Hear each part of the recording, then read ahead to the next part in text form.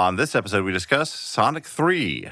A further delve into the lore of the Sonic the Hedgehog mythology, which exists.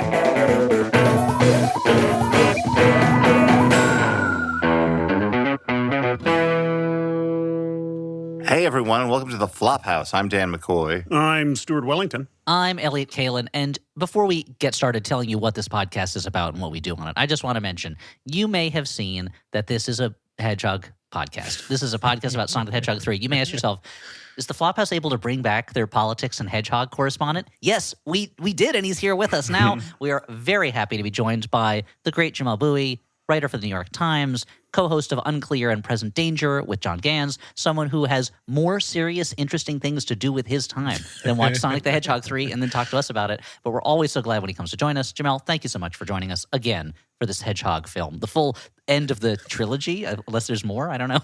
First, it's a real pleasure. Second of all, I think this movie did well, so there will be a fourth one.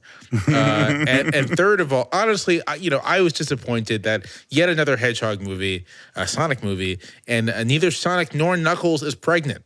I was thinking the same thing during it. I'm like, when does the series go off the rails and they just start making these characters pregnant? And I'm pausing the screen every time they're on there, and I'm measuring their bellies to see if they're a little bigger. They're showing a bump. Any scene where they're hanging out, you're like, what are they drinking? Is it water or do they have actual liquor in their hands? It's always liquor. First off, I'm glad that we got Jamelle back. I wanted to clarify, Unclear and Present Danger is another podcast. The word podcast was not said in case people wanted to go looking for that. Oh, I thought I did say it. I guess I didn't, yeah. But also, I have to admit, we put off doing Sonic 3 for a while because I kept being scared. I was like, Jamelle's too busy being one of the few people with balls enough to say true things in the media right now. He can't come back for our Hedgehog show. And then he expressed interest himself, and I'm like, oh, thank God. Okay, that's great. We'll get him back. I was like, honestly, why haven't they reached out to me about this yet? The movie's been out for a minute. I thought you're too busy. Yeah. Every time you're scrolling through whatever app and you see it and you're like, oh, Sonic 3, huh? You wistfully look out the window. you look at the window and hope that the Jamelle symbol is flashing in the clouds, saying Do that we I need you. watch it? No, We should I mention, wait. so Unclear and Present Danger, it's a podcast where you and John Gans, you talk about kind of John Clancy style movie thrillers, right, from the 90s? Yeah. John Clancy? Tom Clancy. God damn it. his brother. Yeah, His woke brother, John Clancy. Yeah, which the peaceful look for Red October is a big John Clancy one. Yeah. We watched the political and military thrillers of the 90s. The podcast named after the film Clear and Present Danger, and there's obviously that and Hunt for Red October and Patriot Games and Air Force One, which isn't technically a Tom Clancy movie, but it basically is. It's so close to it. But that's a John Clancy movie if ever there was one. Yeah. But I mean, the funny thing about doing the podcast is that this was just a healthy genre of film in the 90s.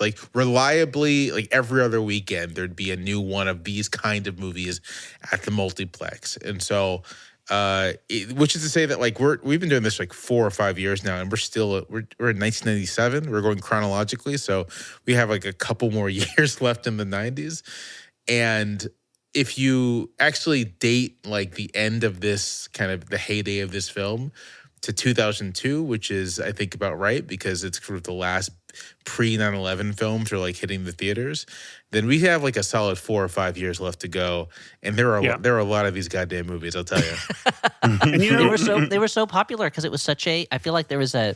And I'm sure you guys have talked about this. I haven't listened to every episode. I apologize, and I don't remember all of my apologize. God, Jamelle, why are you making me feel so bad on this? But people were so curious about what's it going to be? What's our new threat? What's the thing that's going to be scary? And then 9/11 hit, and it's oh, this is less fun than I thought it was going to be. To have a new threat, this is way less fun. I feel like that was an era where we were able to gainfully employ older male actors to play presidents. Yeah. It's true. To play Now we have to presidents, play- to play national security advisor. A lot of national security Yeah. advisors. Right. Yeah. Now they all have to be Yeah, the action star, there which has is to be- crazy. The guy who wants to bomb things, then there has to be the analyst who doesn't want to bomb things. There's a lot of roles that you got to fill up. There's the guy who first wrote the phrase, "But sir." He got so many royalties. So many royalties.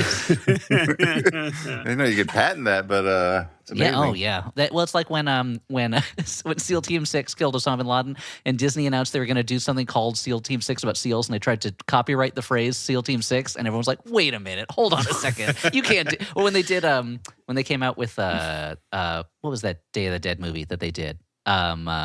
The one where the kid goes to the land of the dead.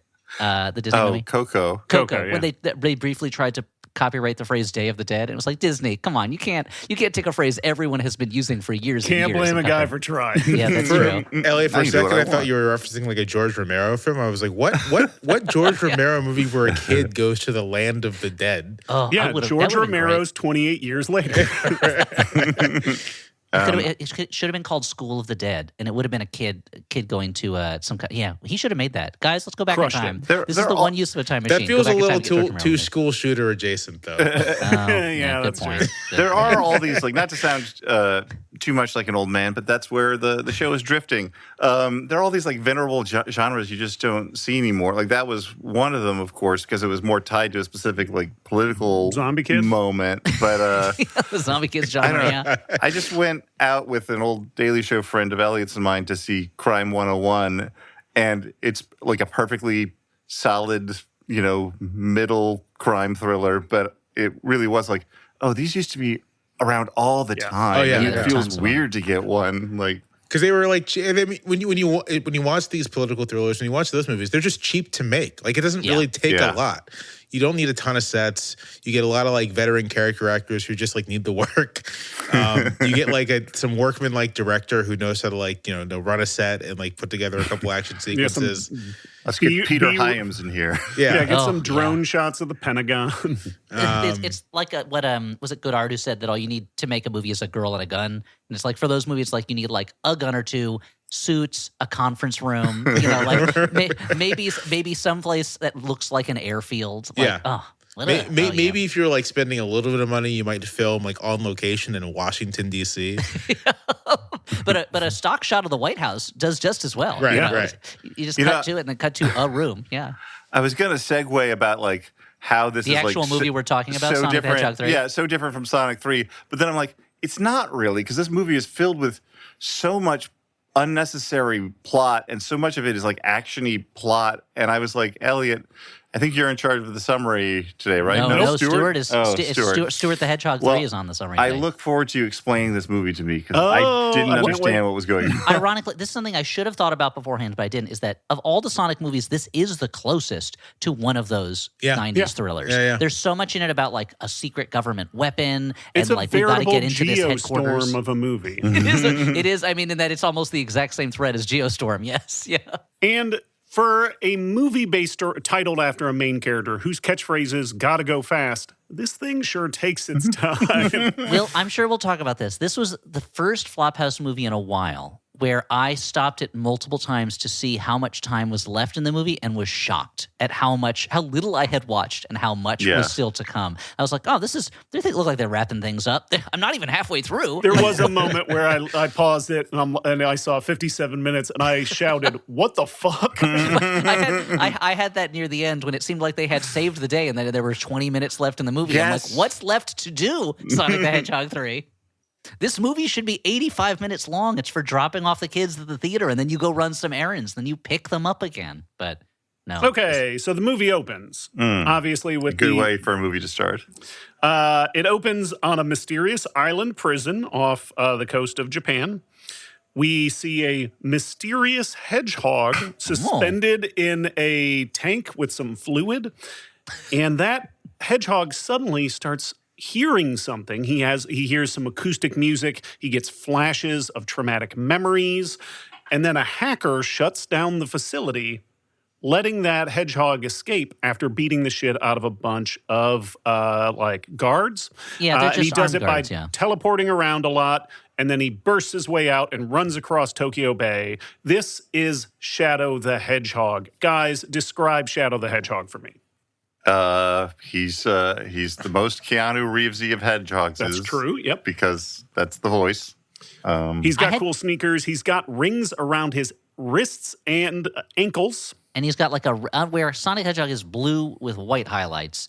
He is like black with red highlights, right? Like it's the same character design essentially, but with different jewelry and shoes and just different coloring, right? Because they're all they all come from video games where it was like take the same character and just take the same sprite and just change it slightly, to save CPU power, right? He's haunted by trauma, which of course is what you want in your cartoon family hedgehog. Spoiler, I was shocked to find that his traumatic memory of his friend, a child being killed, was not going to be revealed that it was a trick or a ploy and that girl survived. No, that girl died and Shadow lives with it forever. I'm like, this is not what I expected from this movie. I same Elliot for like most of the movie. I was like, yeah, so she's gonna show up and like help save the day, right? Like, no, they're like movies like, no, this girl's dead as hell.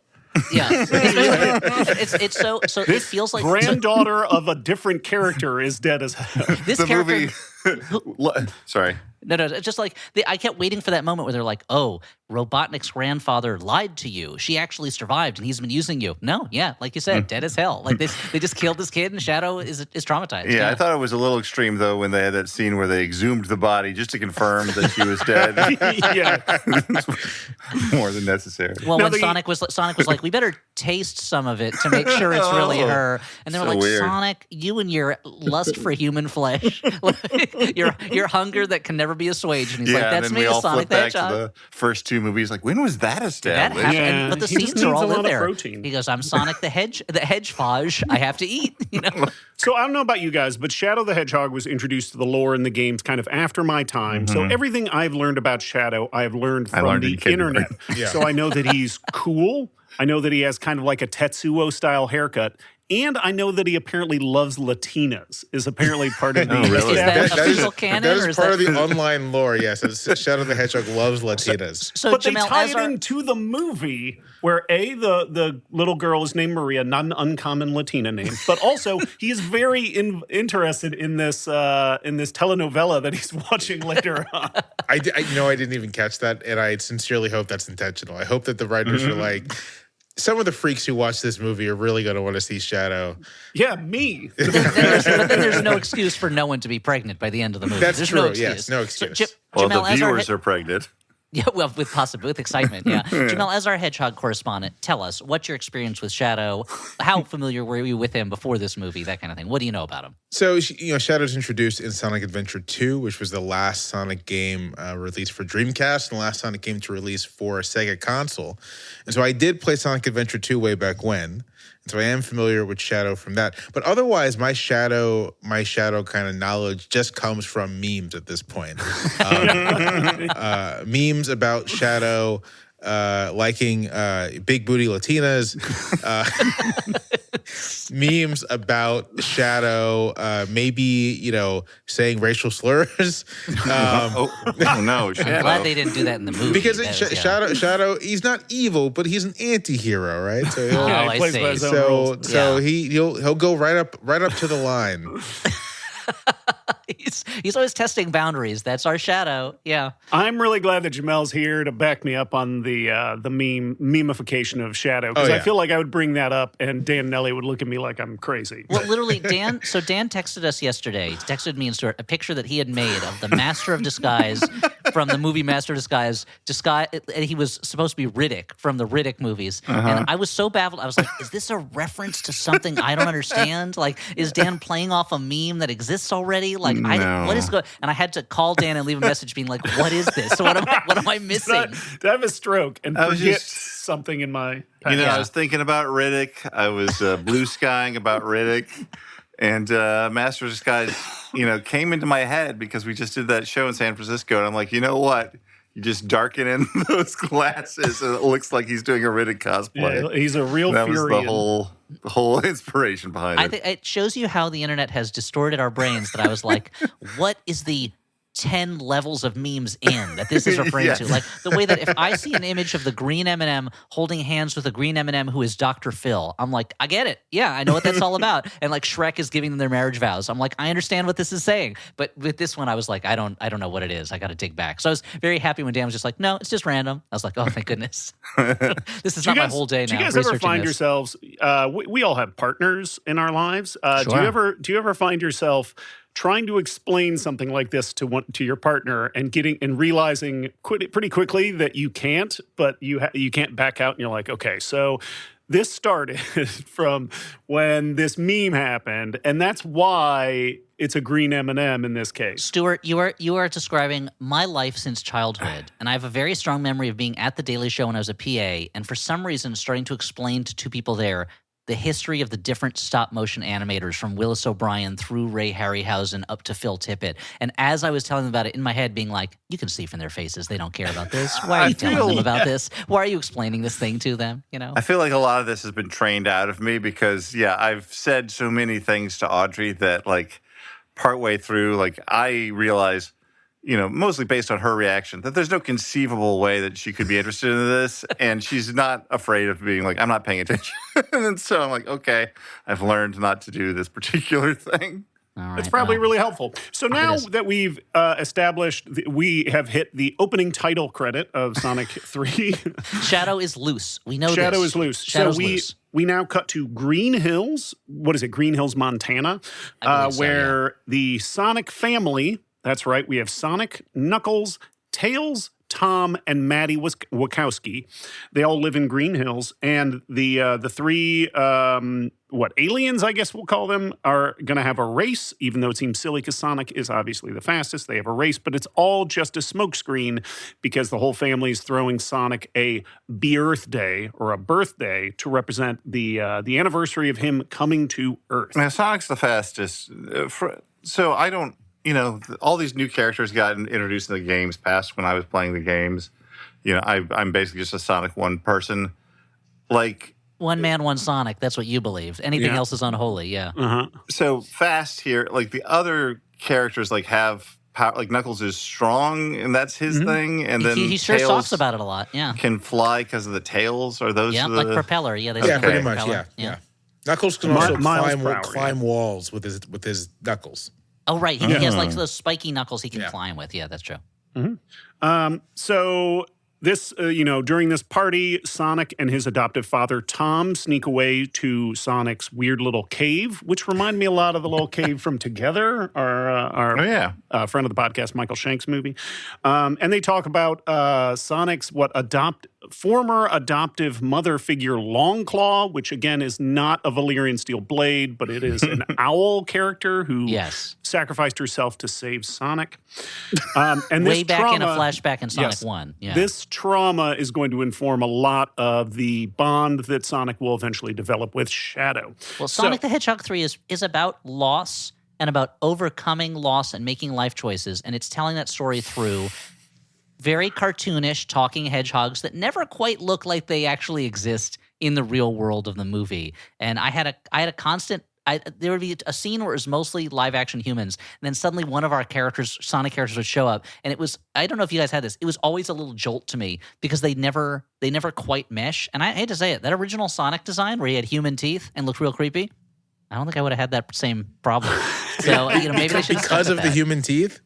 I mean, partly the human teeth, but also he had smaller like eyes, more human-like eyes. Yeah, I mean, that original Sonic design, he did look grotesque, but it would have looked it looked more real. It's like this is what Sonic would look like. His little fleshy eye sockets have bloodshot orbs in them from straining against the wind.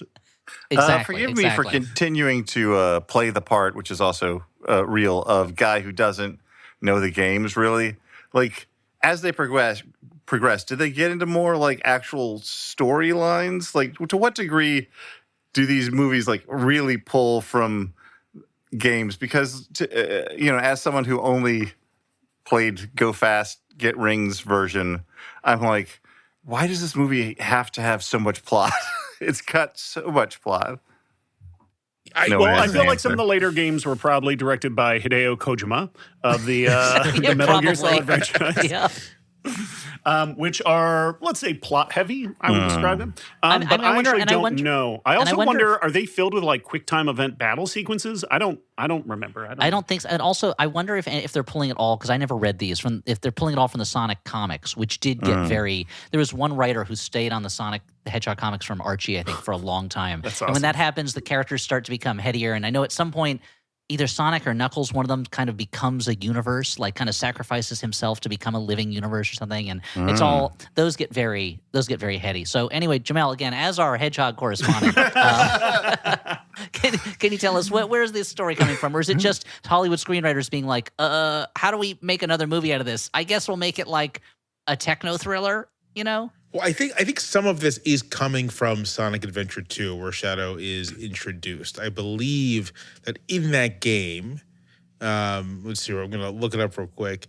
This game has a plot, and in the plot of this game, Dr.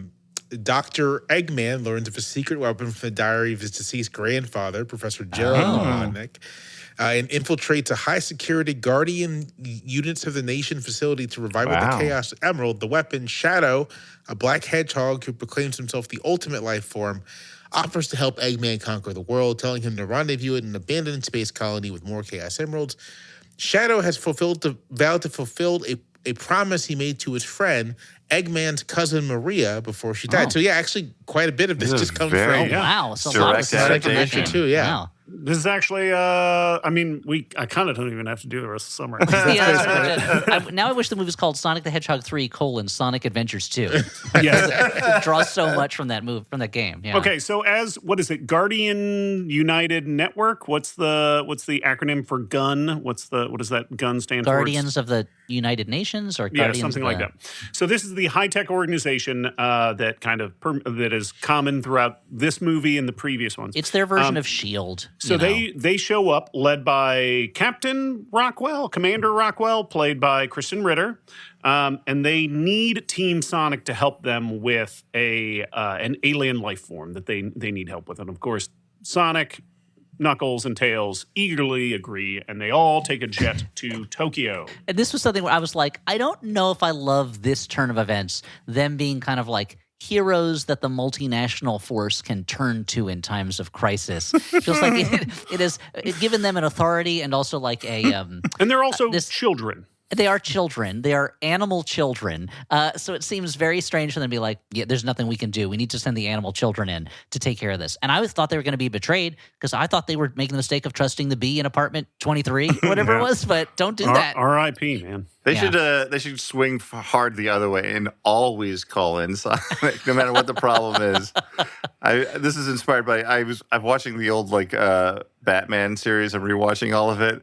And Batman the animated series? The 60s one. And I see. The funniest thing to me in those, it's clearly a joke, but every episode, the degree to which Commissioner Gordon's like, well, we can't do anything as the police. Where's Batman? And they're like, oh, man, if Batman ever left town, we'd be screwed. It really gets to that level of the idea that an incompetent leader would call in a masked answer list to the public force to take care of, to enforce laws that maybe shouldn't be enforced in that way. It seems laughable, Dan. Is that what you're saying? We'll wake up. We'll wake up. Wow. Anyway, it is true. It is true. They're like, Batman, a pencil rolled behind that table. Can you get that for us? Yeah. Is there an episode where Batman, Alfred makes Batman go on a vacation, and puts a bathing costume over his Batman suit, and then meanwhile crime just goes crazy in Gotham? There should have been. I mean, there's definitely one where he was out of town, and the police chief was like, I don't know what to do. Yeah. The idea of Batman being out of town is very funny to me. It's sort of Batman had to take a business trip. Batman's on the flight. He's again bat suit on, but he has some comfortable slacks on as well. Yeah, I mean these days it would just be sweatpants. Well, but they'd be real fancy sweatpants. Wait a minute, you wear a sweatsuit whenever we fly wear anywhere. A tracksuit when I fly, but it's a fancy one in case I hopefully will get an upgrade. Now imagine Bruce Wayne is going to Davos, and he's got the cowl and the cape on, but then he's got a half zip fleece with a blue button-up shirt underneath, and khaki pants, and he's walking around with a headset mic on, and he's like, synergy, global reach. How do we accomplish these things at Wayne Enterprises? And they're like, Are you Batman? No, I'm not, but thank you for asking. This guy's a little wheelie bag. Okay, so we are in Tokyo. The Team Sonic jump out of the jet and they land. Hey, how many Japanese characters are in this movie? Ooh, that's a good not point. many. I think it's a big zero. Why would there be Japanese people? What? Tokyo? You're right. Just because they're in Tokyo, I guess. You're right. That's silly of me. So while they land in Tokyo, it's a scene of destruction, and then they are greeted by Shadow the Hedgehog. They threaten each other. They get in a fight. Knuckles is not as strong as Shadow. Sonic is not as fast as Shadow. Shadow The also has gadgets- guns. He has fucking guns. He's also voiced by Keanu Reeves, and he rides around. Did you guys have to do what I do, which was keep checking? Like Keanu Reeves does this voice, right? And then checking because it did not sound like him to me. Oh, no, I had the opposite. I'm like, I so know this voice. Who is it? And I looked up and I'm like, oh, of course it's him. I knew going in that Keanu Reeves did Shadow, and I kept thinking, this doesn't really sound like him. And it made me realize, I think Keanu Reeves' major skills as an actor are his face and body, and not as much his voice. And so maybe that was, I found Shadow, they're not giving him much of a character to I mean, play. he looks kind of like Keanu Reeves. I guess that's true, too. I found Shadow to be a sort of flat character, if you No, will. that's true. I mean, I like Keanu's sort of spacey cadences and everything, but he is like an amazing physical actor. Yeah. Keanu has like a distinctive villain voice, and it's like much flatter. Like, have you ever seen The Man of Tai Chi, where he plays? It's like I haven't seen it. It's no. his only. I think the only movie he directed. It's like a actually totally solid martial arts film, but he is the villain, and he sounds exactly like that in the movie. As well, kind of like very very flat, and monotone. Because it sounds like, especially in all the scenes where he's up against Jim Carrey, where Jim Carrey is like, well, we're going to do this, Shadow. And Shadow, I mean, yeah, okay, I guess he we does will. a We'll get more- to Jim Carrey at some point, but I will say that man did not phone it in. No, I will say, the greatest reason for me for them to keep making these movies is that it gives me, I think we talked about this last time we did a Sonic movie, it gives me the opportunity to see circa 1994 level Jim Carrey in a movie where I'm like, he's going for broke being silly. This is like, I do really enjoy that. So I was going to say, like, Keanu does a voice in Toy Story 4, right?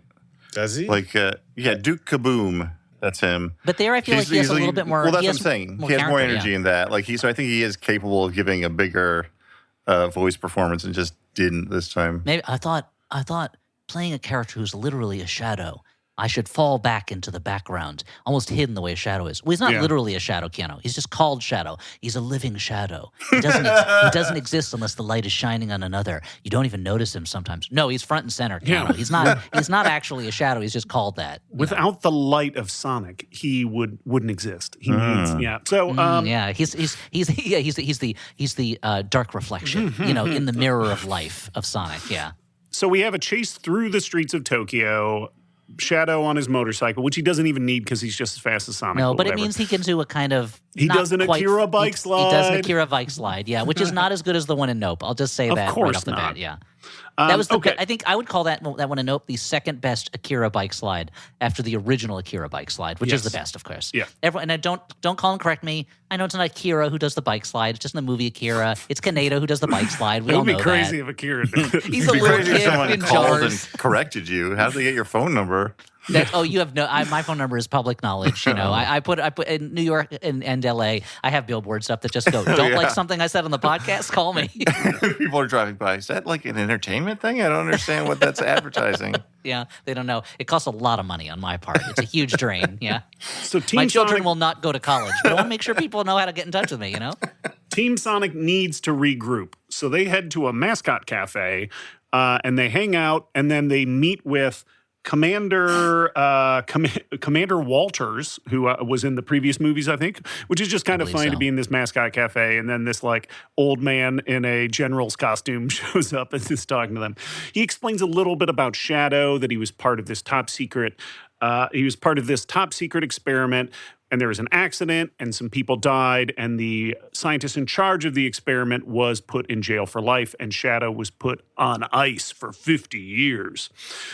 Then a bunch of egg bots show up and blast the commander, and then they are deactivated by a mysterious person also on a motorcycle. This comes as a shock to Sonic, who says, "Konnichiwa," and I'm like, that's kind of fucked up. I was referring to telling somebody else recently that we were doing this movie this weekend. And he was like, I don't think I saw that one. Wait, is that the one where he says "Konnichiwa"? And I go, it is. And he goes, oh, then I did see it. So that was the defining memory of this movie for this other person that I know. Yeah.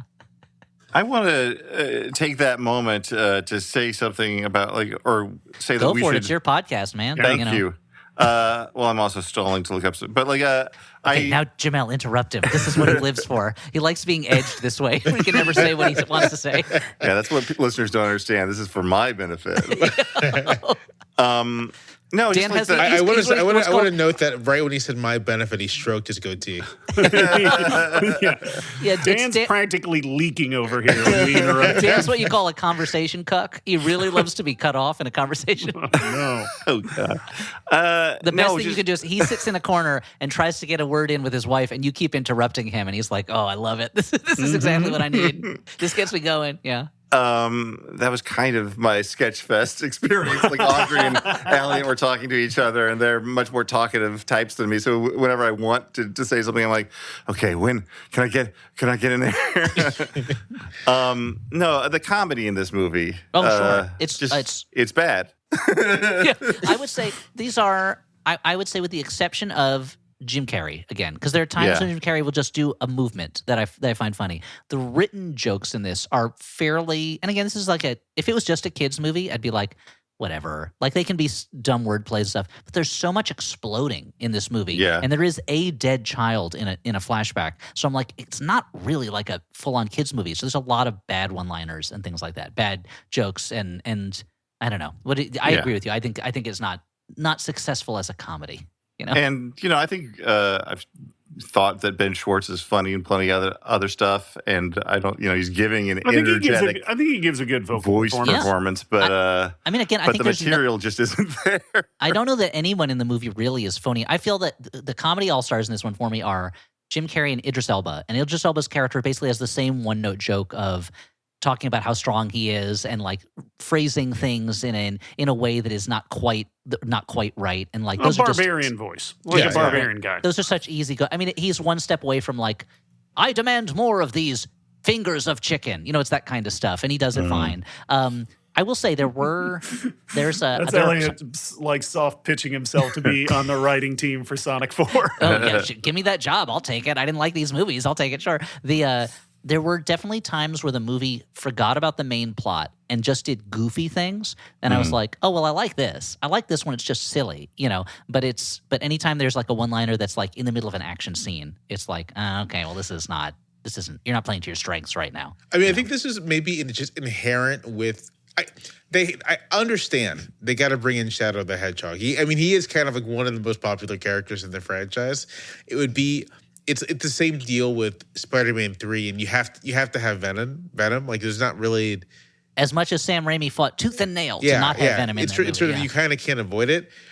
But for a ostensible kids movie, Shadow, who has by design tragic backstory, and whose whole vibe is like, this is a darker and gritty Sonic, it's just like tonally doesn't work for the kind of movies that these are, right? Like if you have Shadow, you have to find some way to make him gritty without the dead kid.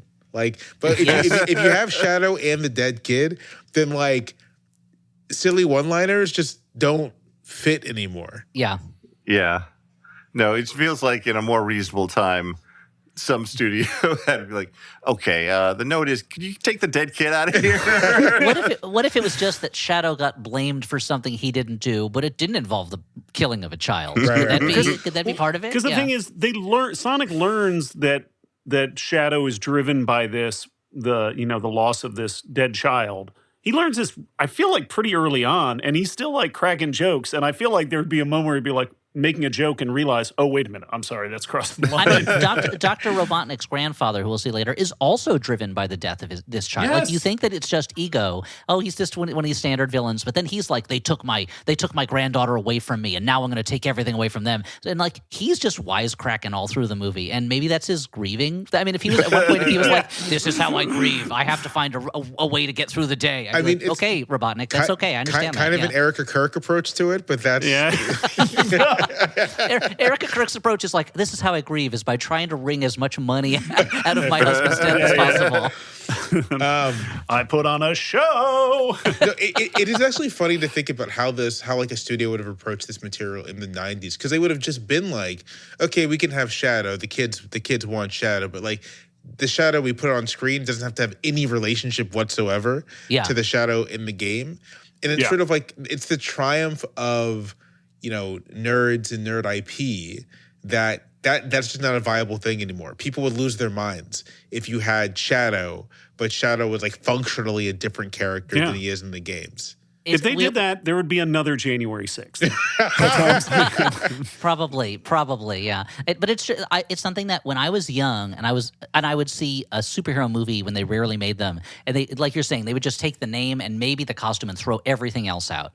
Like those Captain America movies they made years ago, like in the 80s. I'd be like, ugh. But now I kind of miss that. I kind of miss the era when Golan Globus could buy the Spider-Man license and not know what the character was and assume he's a man who turns into a spider like a wolf man and be like, this is our movie. He's a man turning into a spider. Like, I wish that we, in a way, that we still lived in a world where, or at least in a world where it was understood what things are worth fidelity and what things are not worth fidelity. That like, this is me being a snob, I guess, but like if you are making an adaptation of Wuthering Heights, just to pull a random thing out.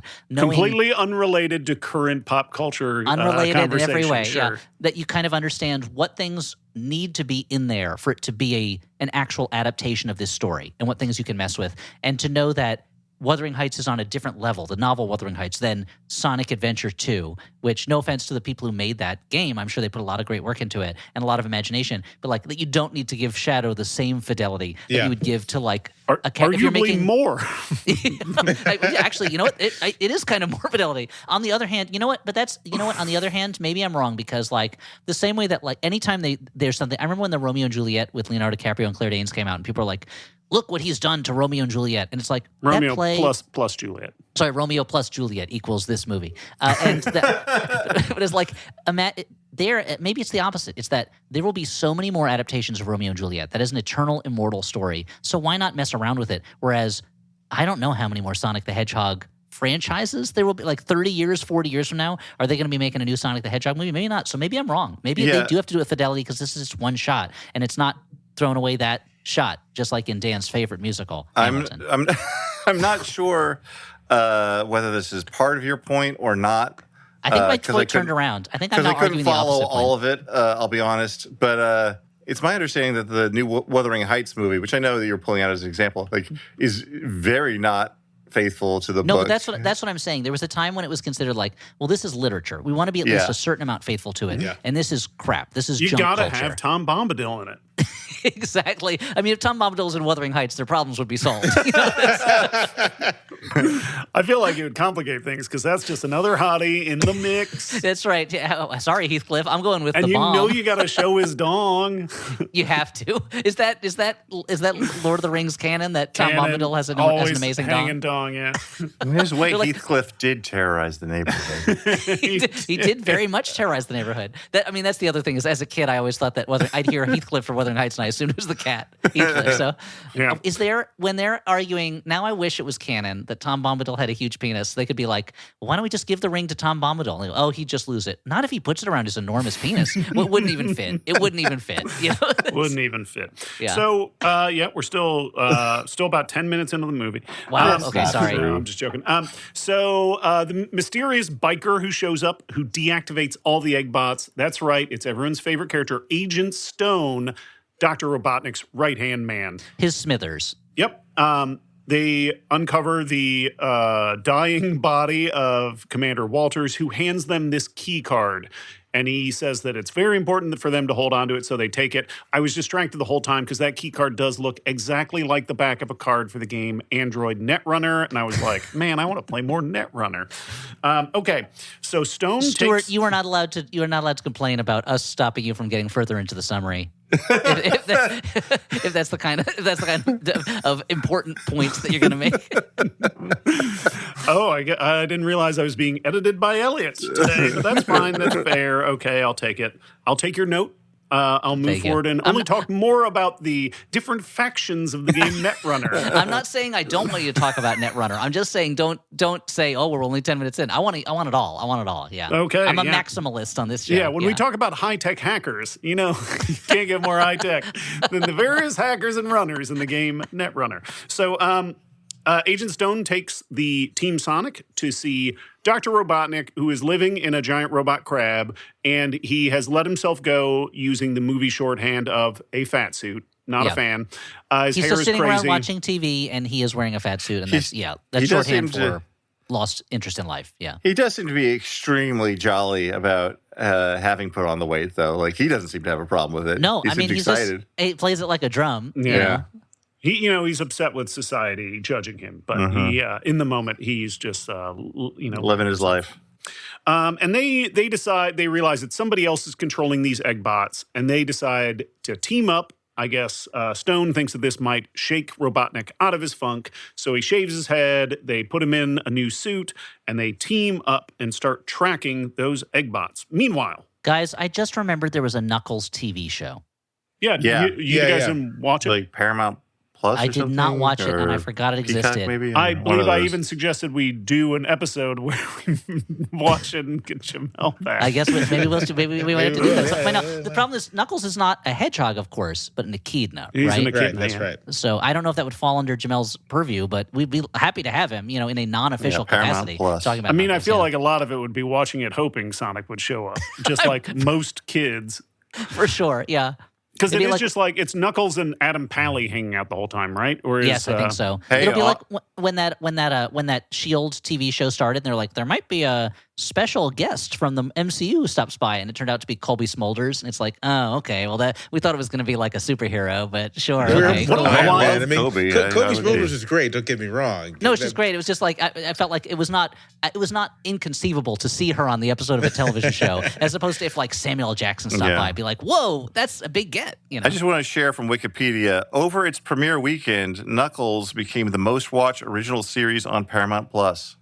So there you go. That doesn't feel like a very high bar to meet. Yeah. I think that's also also Star Trek shows. I feel like that's the main reason anyone has Paramount Plus is they're a Trekkie, and they're like, and it's also the only like way. that's where Master Legends or whatever. Isn't Paramount Plus also where dads watch modern day westerns? Could be. Oh yeah, that's a big deal. Isn't that like Yellowstone and Landsman? I don't know. And, We got rid of it circa Colbert.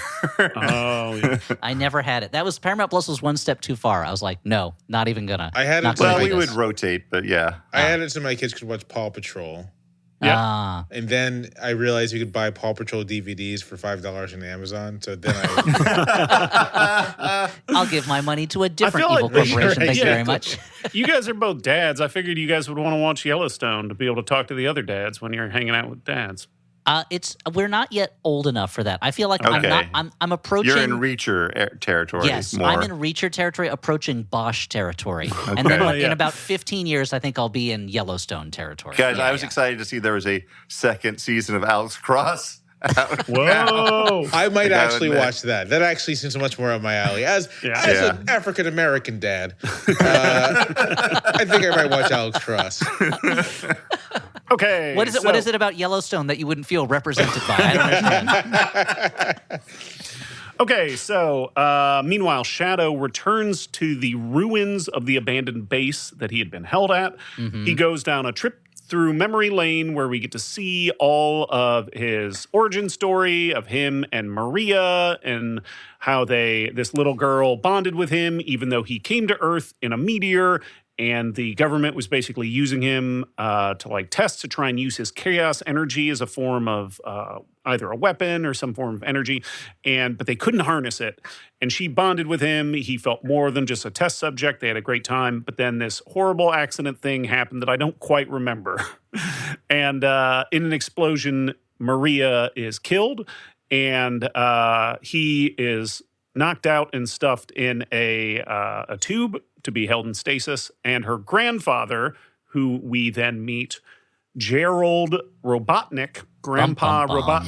Robotnik, is imprisoned. And modern day, Shadow is in the ruins of this base, and he is greeted with a mysterious villain. Of course, that's going to be Grandpa Robotnik. And they decide to team up and get vengeance.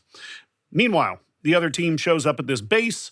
They explore it for a little bit. We get some comedy. Shadow goes around and beats them all up. And Grandpa Robotnik meets up with regular Robotnik. Yeah. They bond. We get a lot of double Jim Carreys. And I got to say, I think what looks like primarily makeup effects on Jim Carrey are pretty great. I think there are a couple dodgy frames here or there with the doubles, but I thought the effects for the two Jim Carreys were pretty stellar, and it's such a different level than the effects for our main characters. Where there were whole periods where I was like, "Yeah, I'm just seeing two Jim Carreys." Like it didn't. I did not question it at all. Yeah, and for me, like this is the closest the movie ever comes to coming alive is when Jim Carrey is acting against Jim Carrey. Oh, when one of the greatest comedy stars in cinema history is up against himself. Like, yeah. And when it's a mark of how much I found the rest of the movie drudgery that I was like, it's not like I was surprised that Jim Carrey was the good part of it, but this just barely lit a fire. But it's also fun to see him play two similar roles that also feel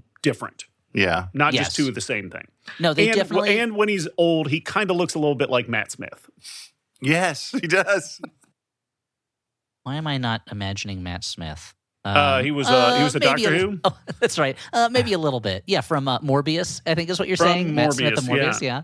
Okay. From the famous vamping out, dancing in a mirror scene from Morbius. So young Robotnik decides to team up with Grandpa, and he thinks they are going to team up together and they are going to conquer the world. Grandpa had developed a weapon for Gunn to use, a giant space station death ray that requires 2 key cards to activate. And he's going to use it to defeat Gunn, and then they're going to rule the world, or so Robotnik thinks. There's a montage here that I found funny, except for an unsettling music choice, which is the Robotnik's kind of Grandpa Robotnik taking Dr. Robotnik through the kind of childhood milestone memories that he didn't get to experience. And there's some funny gags in it, but it's set to the song Wouldn't It Be Nice, which is about 2 teenagers who want to have sex, talking about how much it would be better if they were older and they could live together and be a married couple who has sex. So it was a very weird song for them to have. It feels like they're going for the vibe of the song, but not really paying attention to the meaning of the song. And it really threw me off. I was like, I don't like what you're implying about this relationship, you know? Mm-hmm.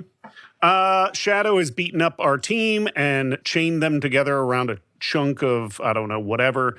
And our villains, that's both Robotnik's Agent Stone and Shadow, all take the key card that Sonic had. They board the flying crab device and they leave a black hole generator and escape. The black hole almost consumes the entire mountain, but then Sonic and their team manage to escape the last moment. So many of these words that you're saying are words that should not be in a Sonic movie. The other thing is, I watched this movie last night. The particular part you're describing, I have no recollection of it. Okay, so they manage to escape, and that teleports them just outside of the blast range of the rapidly collapsing mountain. No worry about what it might do to the rest of the world to have unleashed a black hole. We're going to talk about Earth. that later when they have another Akira reference when they Zorch half the moon off. Okay. Sonic and team head home to meet up with their parents.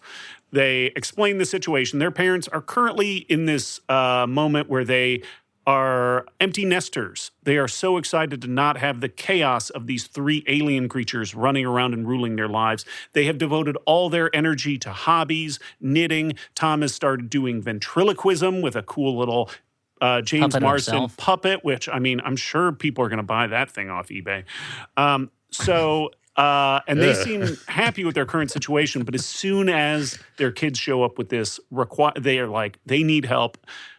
Of course, their parents are ready to jump in and help them. But this was where I couldn't understand. There's a gag here where they're like, this is so great. And then they go, we need your help. And they go, yes, we're so bored. We're so bored. And I'm like, movie, what joke are you doing? Like, is it the joke of you'd think their lives would be so much easier without them, but they miss it? Or is it the joke of now that they have the time to do it, they have all these hobbies, but now they're getting wrenched away from? I felt like the movie wanted it both ways, and I did not like that. I think it's the first one. That's what I read. But then why are they pretending that? I think that for each other's benefit in the relationship, they're pretending that they don't need that. I didn't like it. It felt like the movie was trying to do one joke and then do another joke. I'm surprised they didn't go for the more adult joke of now that we don't have these crazy aliens running around, we finally have time to get busy. And then while they're in bed together and he's in mid-thrust, a ring opens up over them. Sonic and Tails and Knuckles all fall on them. Yeah, exactly. Again, we see Tom Bombadil's wedding.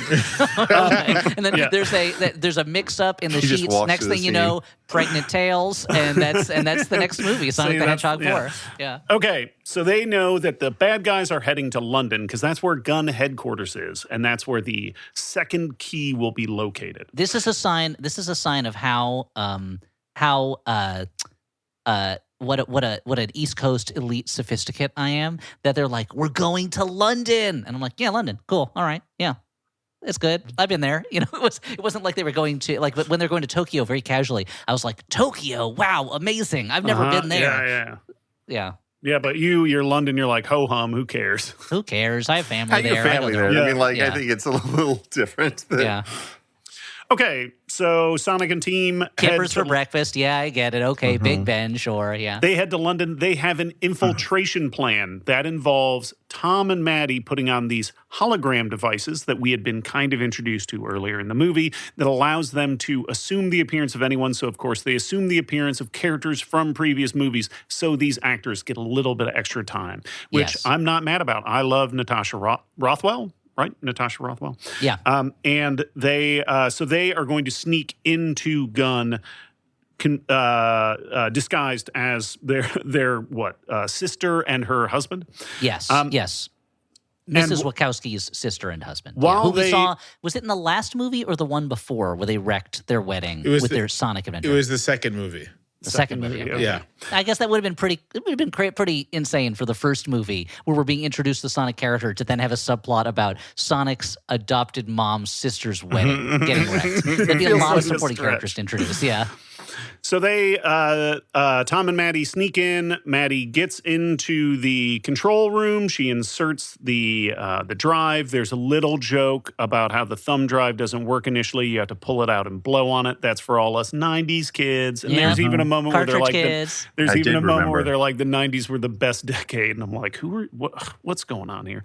What's going on is those people are now of movie ticket buying. Yeah. Disposable money age, and they want to see those people, Dan says, as if it is not his generation. I mean, I don't think of I think of like late 80s, early 90s more than like the time that they're talking about, but I guess that's true. Oh, boy. You're right. Never mind. Forget what I just said. Strike it from the record. Dan is slightly too old to be nostalgic about the 90s proper. Yeah. Inside the server room, she inserts Tails' thumb drive only to realize there's a Dr. Robotnik thumb drive also plugged in. Uh-oh, that's because the Robotniks are also infiltrating with these weird camouflage suits, and that allows them to walk right through the laser grid. But why walk when they can dance? That's right, we have a great dance sequence. This is one of two moments in this sequence where the heroes and the villains waste a bunch of time when time is of the essence. The Robotniks dance their way through these lasers, which again, it's Jim Carrey and Jim Carrey. They're going to do funny physical stuff. I don't love this kind of silly dancing particularly, but it's fine. And then they're like, Sonic, you've got to get in before the shields close. He's like, got it. But first, I'm going to run through London real fast doing a bunch of London jokes. And it was like, why now? Like, this is a Marx Brothers level of let me screw up my own plan for no reason. Yeah, because you can do sightseeing after we finish all of this. You can have all the beans on toast that you want, Sonic. Exactly. Well, you guys have children, and children usually, when you're like, hey, we got to go fast, they don't try and fart around or dick around. That's a good point. True, that's a very good point. Or when I'm forgetting your podcast co-host is like, hey, we got to hurry up. You don't like fuck around. That's a good point. That's a good point. Equal stakes, equal characters. Yeah. Yeah.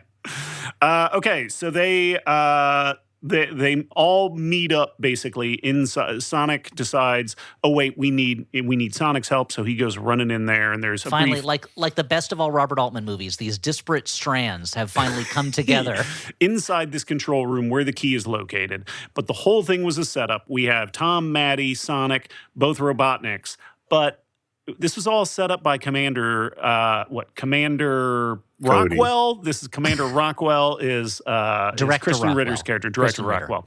So Do you think she's related to Thelma Ritter? Probably not, right? Well, is it? I thought for a second I was like, is it spelled the same? The Y is in the first name, though. It is. I think it is spelled the same. Yeah, there's Possible. nothing in a Wikipedia entry that mentions amazing legendary actress Thelma Ritter. So never mind. So Probably they're not related. she knew that they had the other key, and she was trying to lead them all here so she could get the key and capture them. And she does so with this series of hexagonal plates on the floor that either use gravity powers to either pull them to the floor or push them up in the air. Mm-hmm. And I've this sort of thing that I sometimes say kind of doesn't make any sense because of course it's true. But in a better movie, I think this could be cool. Like I liked the idea of both things happening at the same time, people being like totally locked down to the ground, and then some people floating. And if it was a different film, I might enjoy a comedic set piece with that. We still get some kind of a set piece. They don't do. They feel like they don't. It's a really neat idea that they don't do a lot with. Which is too bad. Because Sonic calls in their ace in the hole in the form of Knuckles, who bursts through the building and smashes into the ground, and then he smashes the key card instead of turning it off, which makes everything go haywire. People are floating or being smashed to the ground randomly. We get people like swimming through the air. We get people inching along the ground like inchworms. Eventually, Sonic manages to get the device turned off, and Director Rockwell gets the key card and storms off. Tom has a plan, though. He uses his hologram device to disguise himself as Commander Walters, and he gets the key card back from her, and then he walks away. Unfortunately for him, Shadow the Hedgehog sees him disguised as Commander Walters, manages to extrapolate what Walters would look like as an adult, even though he only knew him as a young man. He was an adult before, but as an old man now. Thank you. No, thank you. Yep. He wasn't I'm child sorry, soldier. You're right. I take it back. It makes perfect sense that Shadow would know exactly what Commander Walters would look like. No, the point you're making is clear. I was just taking issue with the idea that when he was young, he was not an adult. When he was already, I think, a captain in the military. He runs over and punches him almost to death. Tom I did think for a second. I was like, did they just kill off James Marsden? Again, they killed a child in the flashback. Go for it. Go for broke. The scene ends without you knowing his fate. James Marsden doesn't do well in third parts of franchise movies. No, that's true. He's either being punched to shit or vaporized by his love. Yeah. So and you remember in 27 Dresses Part 3, I think that was the one where the killer skinned him and made a wedding dress out of his skin. He became the 28th dress in that film. He became the 28th dress, So he's down for the count. Shadow takes the key card. Sonic shows up. He's obviously distraught by his adoptive father basically being killed. Shadow talks a little bit of shit, and then he leaves. I had a question for you guys. Mm-hmm. So this weapon belongs to Gunn, right? Yep. Once Kristen Ritter gets the card, why is James Marsden trying to get it from her? It's actually a really good question. Well, because I can understand why they wouldn't want anyone to use this weapon, I guess, to have access. But Dr. Robotnik is the bad guy that they're trying to keep it from. If Kristen Ritter gets the card, nothing has changed. We're back to the status quo of the beginning of the movie. So when James Marsden's like, let me go get that key card, I'll go on disguise and get the shit kicked out of me. I don't know why he's doing it. I wasn't quite sure what the point was, They already have one of the keys, You're in the moment, right? Sometimes you can't turn it off. I guess that's true. Because the best thing to do would be to keep those keys separate. It's like in the last Indiana Jones movie where they're like, we have half of the time travel device. You know what we have to do, right? Get the other half. No, you don't. Take it as far away as possible. Throw it in the ocean. Whatever. Get rid of it. Just make sure they never... It doesn't matter if the Nazis have half of it. Just let them have half and you just don't put them together. So why do they want both keys? Dan, I see you have an answer. Tell me. A plot device. It's a plot device. All right. Well, what good happens answer. in Sonic Adventure 2? Do they explain it? So, Shadow frees the Robotniks from the gun soldiers and takes them to the command bridge of the Eclipse device, I think it's called in the notes. It's a giant space platform with a laser gun. and It's a geostorm, basically. they fire that bad boy up, and it rises up out of a secret hangar underneath the Thames. All of London is obviously concerned because of it doesn't. They're like, "Oh, blimey, it's rising right out of the Thames." It's kind of interesting though. It opens up the floodgates open, but it doesn't actually It doesn't really look like the water level of the Thames lowers that much. It's kind No, of that's a good goof to put in IMDb. yeah. Dan, can you add that to our goofs list? All right. Oi, what's that rising up over there? Some kind of big spaceship. Meanwhile, Tom I is didn't know being they had one of those under the Thames. There's a lot of that stuff. Oh, why isn't the water level dropping? The Kippers is burning. Oh, what's that? Our British listeners are going to be so mad at us, right? yeah, they're going to It's be okay, I so have mad family because they're like, am I listening to my parents talking? Did I end up in this podcast somehow? Yeah. Oi, it sounds like me in that podcast. Oh. So, meanwhile, Jason Statham, I didn't know you yeah, listened. Clive Owen. I'm a beekeeper. So out in the street, Tom is being put into a emergency vehicle to take advantage of the British healthcare system, and Sonic is like, "Yo, we need to stop these guys." And there's only one option: we need to use the Master Emerald. Tails and Knuckles are like, "No, we agreed never to use that for revenge," which I loved. They had like Only for revenge. erotic adventures. Yeah. And so it looks like they're going to fight. Like Knuckles is like, no, we can't use it for revenge. And then Knuckles actually backs down. He's like, you know what? More important than that rule is our rule to always trust our friends. And I'm like, wow, Knuckles, that's a really good statement. He is so more emotionally stable than Sonic throughout this movie. I gotta say, I did raise my eyebrow at that. It's sort of like, okay, well, the rule against using this for revenge seems pretty strong, important, right? Like this is incredibly powerful. And if your friend wants revenge, then maybe that's actually a situation in which you shouldn't trust them. So I don't think I don't think the trust thing outweighs the revenge. If anything, Yeah. the revenge thing trumps the trust thing. But You would think so, but Knuckles is like, well, I don't like what you're doing, but I have to respect the office of Sonic, first friend. So Number one there's buddy. nothing, technically, this isn't how it's supposed to be used, but I guess there isn't a rule that says never let Sonic use it for revenge, so we have to let you do it. But I agree with you, but it feels like there was probably an earlier version of this movie where they fought, and Sonic was so mad that he just beat Knuckles to a pulp or whatever. Or he's about to hit Knuckles so hard, and then he's like, what am I doing? And he leaves. And I think they were like, this movie is too long. Cut this scene. Let's just have Knuckles. He's like knuckle ripped his under. guts out, Invincible style. There's one where Knuckles is trying to hit him with his hands, and Sonic is holding Knuckles' wrists down, and he's vibrating so fast that it's causing friction burns on Knuckles' wrist, and he's going, and then Sonic just goes in and bites Knuckles' throat out and rips his throat out, and there's blood everywhere, and Sonic is covered in blood, and Tails steps back and is like, Knuckles, like, Sonic, what did you do? And Sonic is like, he got in my way. And then I thought he was stronger. Elliot, you should write this fan fiction, and then you should change all the names slightly and have a literary hit on your hands. It would be a huge hit. It would be called like it would be like Mikey Muskrat's Cosmic Adventure or something like that. And, Okay, so I should do that. Dan, if I was smart, I would do that. So Sonic runs over and gets the emerald, which is being used as a hockey puck by Adam Pally. That was exciting to see Adam Pally briefly. Sure. you got to reward the viewers of the Knuckles television show. Yeah, and fans of the show, 101 places to go before you die or whatever. Party before you die. Him and Gabrus. But they're watching the movie the whole time going like, where's Adam Pally? When's he going to show up? Oh, there he is. Yeah. This is very much in the Pirates of the Caribbean tradition of if you have introduced a character in one of the movies, that character then continues in each movie like a katamari, just picking up objects until it becomes unwieldy and impossible to push. I admire the loyalty on a certain level, but narratively again, these are unnecessary. people that I like to see. Sure. I'm Meanwhile, not against seeing Adam Pally in talking things. about side characters, this is also the moment when Agent Stone calls Robotnik and is like, yo, I got the feeling that your grandpa is actually has some bad ideas and isn't just going to rule the world, that he's going to blow everything up. And Robotnik's like, oh, you're just jealous. You're fired forever. I hate you. You suck. He Harry and the Hendersons him.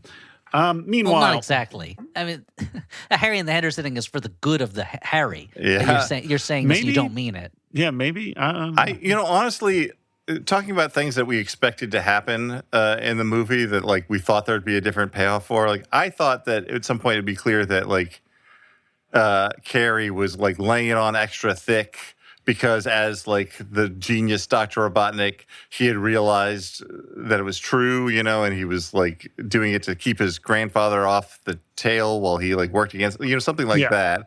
Because it was such a like a kiss off. And then later on, he's like, I love you, essentially, on his like final He's like, I was wrong. back. I shouldn't have done that. Yeah, I think we are all waiting for this movie to be slightly more clever than it actually is. And not in a way that is unpredictable, but in a predictable, like, oh, this character was actually tricking this. But it is a very straightforward movie. Whatever is happening on screen is exactly what is happening. Nobody has an ulterior motive. Like the moment I kept waiting for that moment when Dr. Robotnik would reveal, oh, my granddaughter didn't die. I've just been using you for my own needs. No, it's all straightforward. Everything you saw happened. It's rare to see a movie, I feel like nowadays, even a kid's movie where there's no twist at all. And this one, there's no twist. It's like there was that third Venom movie where the whole time I'm like, when are they going to bring in the interesting idea that makes this more than just Venom and Carnage hitting each other? Oh, never. Okay, that's all it is. That was the second one.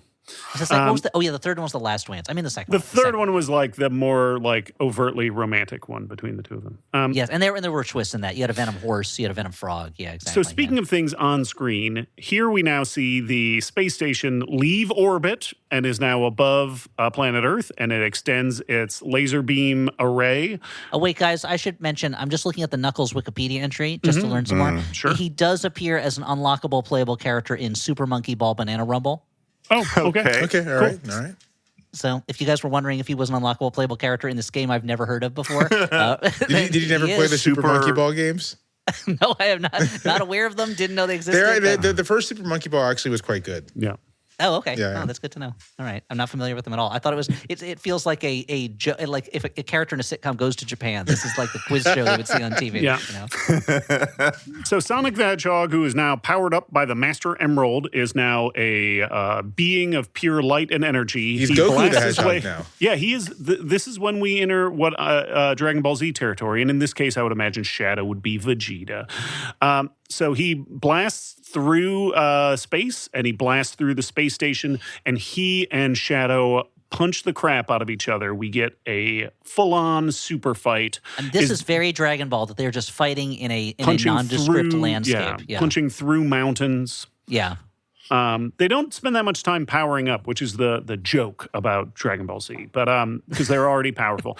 At some point, the Master Emerald splits into its component Chaos Emeralds, and they end up sharing the power. So we have a Super Shadow. That's not good. Uh-oh. And they're like beating the crap out of each other. Meanwhile, the young Robotnik realizes his grandpa is going to destroy the world. They're not going to rule it together. He sees no hope for humanity, and the only justice for his dead granddaughter is destroying the world. And they will die as well. The wave of energy will destroy the Earth and kill them. So it's a very nihilistic thing for a villain to be doing.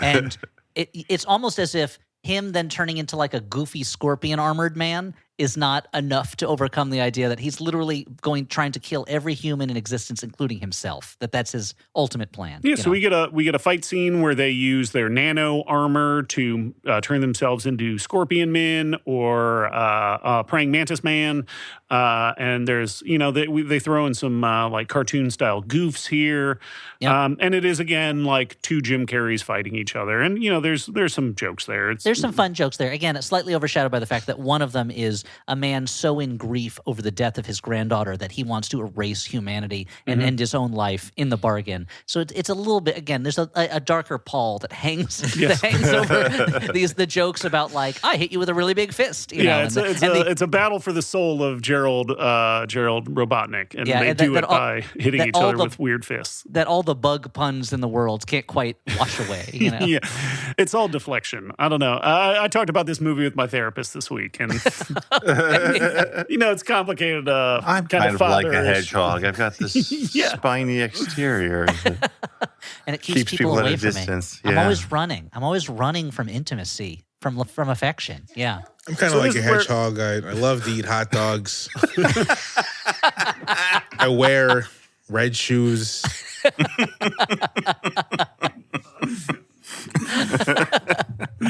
I'm positive about rings. I mean, honestly, if you're going to describe Sonic the Hedgehog's personality, what words would you describe? He's just like a rambunctious kid, right? But there's not.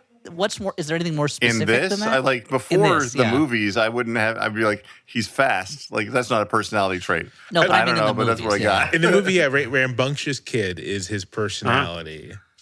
It's like rambunctious kid who is aspiring to be Bugs Bunny. Okay, yeah. Okay. He really wants to be Bugs Bunny pretty bad. That's true. So Sonic and Shadow Now beat each imagining other the up a same bunch. movie, Yep. but they're all Looney Tunes characters. Sonic is Bugs Bunny. Yep. Knuckles is probably Daffy. Like Tails is probably Porky. And Shadow would be. They'd invent some new cool tough ass rabbit that doesn't quite fit with the other characters. Robotnik is Elmer Fudd or Yosemite Some like Sam. cool ass rabbit that smokes, right? Oh, yeah. He smokes and uses a gun. This, Yeah. this honestly sounds like a better movie. Daffy should play Dr. Robotnik. I don't know who Knuckles is. Except Knuckles. It's not that Knuckles and Daffy are similar personalities, but the role of the competitive friend. Yeah. It feels Yeah, like that's okay. a Daffy role. The frenemy. A frenemy, exactly. Whereas you want the villain to be like a real character that they can actually go up against. So it's probably That's true. Yosemite Sam. Yeah. And it's funny to see Yosemite Sam doing science fiction-y things. Also Got mustache. mustache. And yeah. mustache, same mustache, exactly. So Sonic and Shadow bond over their shared trauma. One was the death of a little girl. The other is the death of Longclaw. These two alien hedgehogs who have been powered up by a magic crystal. Sitting they on bond the- over the deaths of the loved ones in their lives. Yes. Sitting on the moon, watching Maria? the stars. That's the name of my mom. Yeah. There's a moment Why did you where say that name? There's a moment where Shadow's like, even a dying star emits light or something, and I'm like, what the fuck, dude? Because he remembers what Maria told him, which is that the light we see, that star may have died hundreds of years ago, but we still see it. Yeah, so he's like, and it's like what it is. It's just a way of saying Maria's dead, but the light of her life shines through me still. No, I know what he's saying. It's just wild in a It is Sonic wild. movie. It's true that the Sonic the Hedgehog movie is about these hedgehogs coming to terms with their grief. Yeah. Okay, so they decide. Shadow's like, "Oh man, this is all my fault," and Sonic's like, "You know what? The only thing we can do when we mess up is try and fix it." And so they both get their energy and they team up, and they're gonna stop Robotniks. This is what happens when you hire Atom Agoyan to direct a Sonic the Hedgehog movie. It's gonna touch on grief and desire at different points. Yeah. So Robotnik unleashes a wave of drone, like Gundam drones, for them to fight, and they start blasting them. it was at this point that I was like, movie end. Don't care. No more of this. 30 minutes Just- left. You've established what you're doing. Do it. Stop throwing wave after wave of stunts at me. Yeah. Older Robotnik manages to gain the upper hand, and he's about to eject his grandson into space, but he is saved at the last moment by Tails. Then young Robotnik How manages did to... she used Tails used a ring, right? Like it's not Yeah. like Tails flew through outer space. Yeah. Okay. Yeah. And then younger Robotnik throws his grandpa into an energy wall, killing him. And makes a joke about it. And makes a joke about vaporizing his grandfather. Yeah. I thought that was pretty funny. I did enjoy that whole scene. I was my own grandpa, but no more. They realize that there's no way of turning the laser off. It's going to fire no matter what. So their only option is to try and move it. So they start to move it. Move it. They start to move it, exactly, yeah. They like to move it, yeah. And then the two super-powered hedgehogs use their super energy to kind of block the laser until they're able to get it free from pointing directly at Earth. This so much of process, this. however, depletes Sonic, who collapses and is falling through outer space. Tails and Knuckles use rings to catch him and save him, and they His escape. blood should literally be boiling. He is falling through outer space. Like extreme decompression should be killing him right now. But He's so fast. Up on the space station, Robotnik and Shadow realize that this thing is going to explode and it's going to damage Earth. And meanwhile, when they move the laser away from planet Earth, it does slice off a sizable chunk of the moon, which will destabilize the tides. Yeah. They don't talk about that, but that's fine. I've seen Akira.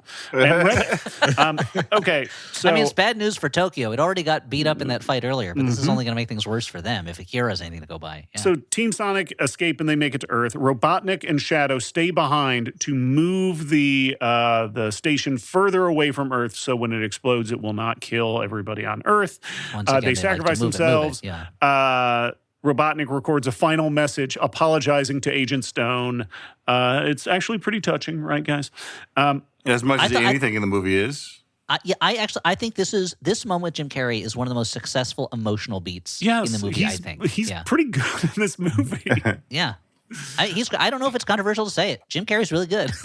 he's a great performer. Like, he's really good. Kind of wild that, like, I mean, obviously, it feels like from what I can tell, he's been going through things in his personal life, but like professionally, and he has the energy of he has the performer energy where it's like this guy is hiding something. It's such a weird. This is a weird medium for us to rediscover one of the top box office stars of the mid 90s. Like that, he in 1994 was his Anna Mirabilis or whatever, where he had 3 hit movies in 1 year. 2 of them were in the top 10 movies of the year in terms of box office. Like he's a huge. It's so weird that it's through as the villain in the Sonic the Hedgehog movies that we're getting this glimpse of this guy who like was such a bright star when we were kids, you know? Yeah. And there's no reason why he couldn't be again, except I don't know, whatever's going on in his personal life. But the whole time, every time he's on screen, I'm like, either just do a Robotnik movie or like have a movie where Jim Carrey gets to do this kind of stuff and it's just him, and I don't have to put up with a CGI hedgehog fighting robot drones in space, you know, and pretending that I care if the space laser goes off at the wrong time. Like, it's, you know, I don't know. I never thought at this point in my life that I would be such a Jim Carrey proponent, you know, that I'd be like, get him in a movie, do this thing, you know. I don't know. So they sacrifice themselves, but the Earth isn't destroyed. Meanwhile, sometime after, back in Green Hills. So not really meanwhile. Yeah, not meanwhile. We have a take 2 of the Be-Earth Day party, and we have another race from our Team Sonic. Everybody's happy, and our team won the day. That's the end of the movie, but apparently there were some after-credit scenes, and anybody who knows me knows I say, no thank you. As soon as Stewart finishes a Flophouse movie and the first credit starts to roll, he immediately kicks the screen out of his TV. He says, that's it for me. So it's a good thing that TVs are like commodity items these days, then. There's 2. I kick the screen out and then I slide down a brontosaurus's tail. The second one barely exists. But Dan, why don't you describe what happens in the first one? I mean, in the first one, Sonic comes across... And I say this knowing that Jamelle will be so much more clearly able to describe it because he knows the character that they're introducing. But I want Dan to try to do it. So the Sonic is running around at night. He encounters a robot hedgehog. It sounds like he's just running wild, doing terrible things. I don't know. He's just running through the woods because he likes to, I guess. Do you guys remember when kids could just run through the woods? Mm-hmm. Yeah. He's a real youth gone wild. Yeah. He encounters this robot hedgehog that, you know, wants to kill him, but he's able to defeat it. And then there's a bunch of other robot hedgehogs that show up, and he's like, what's this all about? And then he's saved by this cute girl hedgehog. Let's not editorialize, Dan. She's very meant to, like, look cute. I mean, like, obviously it's a cartoon hedgehog. I'm not particularly... You're telling us more about yourself than I'm not particularly into it. Wait, what's the hedgehog's name? And I'll find out if she's cute. She's got big eyes and a short skirt, and, you know, this is the love interest hedgehog, I assume. I know nothing about this hedgehog. So Jamelle, this is when we need your help more than ever. Who is this girl hedgehog? This girl hedgehog is Amy Rose, who is a hedgehog. She was first introduced in Sonic the Hedgehog CD for the Sega CD, Sonic CD, which is a great game and has a famously great soundtrack. Also introduced in Sonic CD is Metal Sonic. But this entire kind of scenario is like a Sonic CD, you know, homage for the real Sonic heads out there. So does that imply that like the next movie will be pulling from Sonic CD the way that this pulled from Sonic Adventures 2? It's possible. Possible. This game doesn't. None of these early games really have plots, but Sonic CD does have time travel in it. Okay. So I can actually very much see that happening. Like the next Sonic That's movie how they being, save Longclaw or something like Yeah, that. yeah. I think we're writing Sonic the Hedgehog 4 right now. Yeah. But what was the second post-credit sequence? So the second post-credit sequence at the near the very end, it's super short, and it's literally one of those things where there's dirt. It looks like you're on Mars or something, and there's like a big ring sticking out of the dirt, and then a gloved hand grabs that ring, and I assumed it was just Dr. Robotnik, being actually alive again. So my guess was that you don't see anyone's face; it's just a hand. I could not remember his costume well enough to. It's probably accurately- Shadow. In which case. I think according to Shadow? Wikipedia, it's Shadow. Oh, is it Shadow? Okay, I couldn't tell. If they killed off Shadow again, January 6th, part 2. yeah. You know what? It says in Wikipedia, it says elsewhere Shadow has survived the cancer. So it just tells you that Shadow's still around. Either way, it's not like I truly believed either of those characters have died if this movie is successful. We saw it happen on camera. Yeah. I mean, surely if an exploding satellite happens right next to you, you can't come back with no explanation later in the movie. Wait a minute. Hold on. That's what happened with Samuel L. Jackson in Triple X, The Return of, what's his name? Xander Cage. Where you literally see a satellite explode and his body engulfed in flame, and then later he comes back and it's just no explanation. It's fine. He faked it all. Yeah, they're not going to kill Shadow. It's not like they've killed any children in this movie.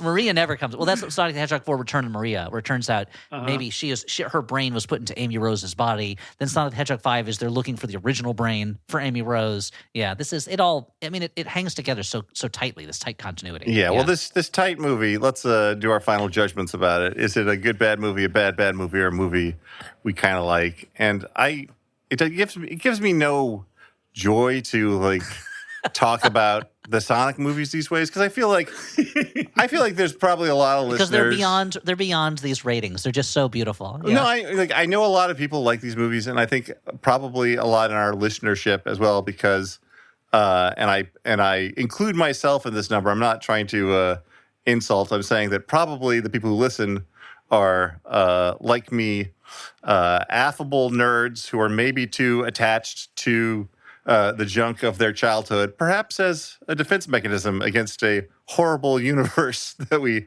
live in. And so, people have a lot of nostalgic affection for Sonic, but I would ask that people expect a little bit more out of their baby shit that they still like, the blanket that we all clutch to ourselves. I mean, I feel a little bit better about this movie knowing that it is so tied to the this particular game, and that's the way it is. Because without that, I'm like, this is such a generification of this is just what every movie feels like these days. That's like a big blockbuster that's kind of boring. You didn't realize that the Sonic games were the template for all the blockbuster movies to come. Yeah, this is the sort of movie where I'm like, well, I don't know, why are we fighting so hard against AI if, someone presumably wrote this, but it still feels like just like a conglomeration of every type of movie that is made these days. Anyway, bad.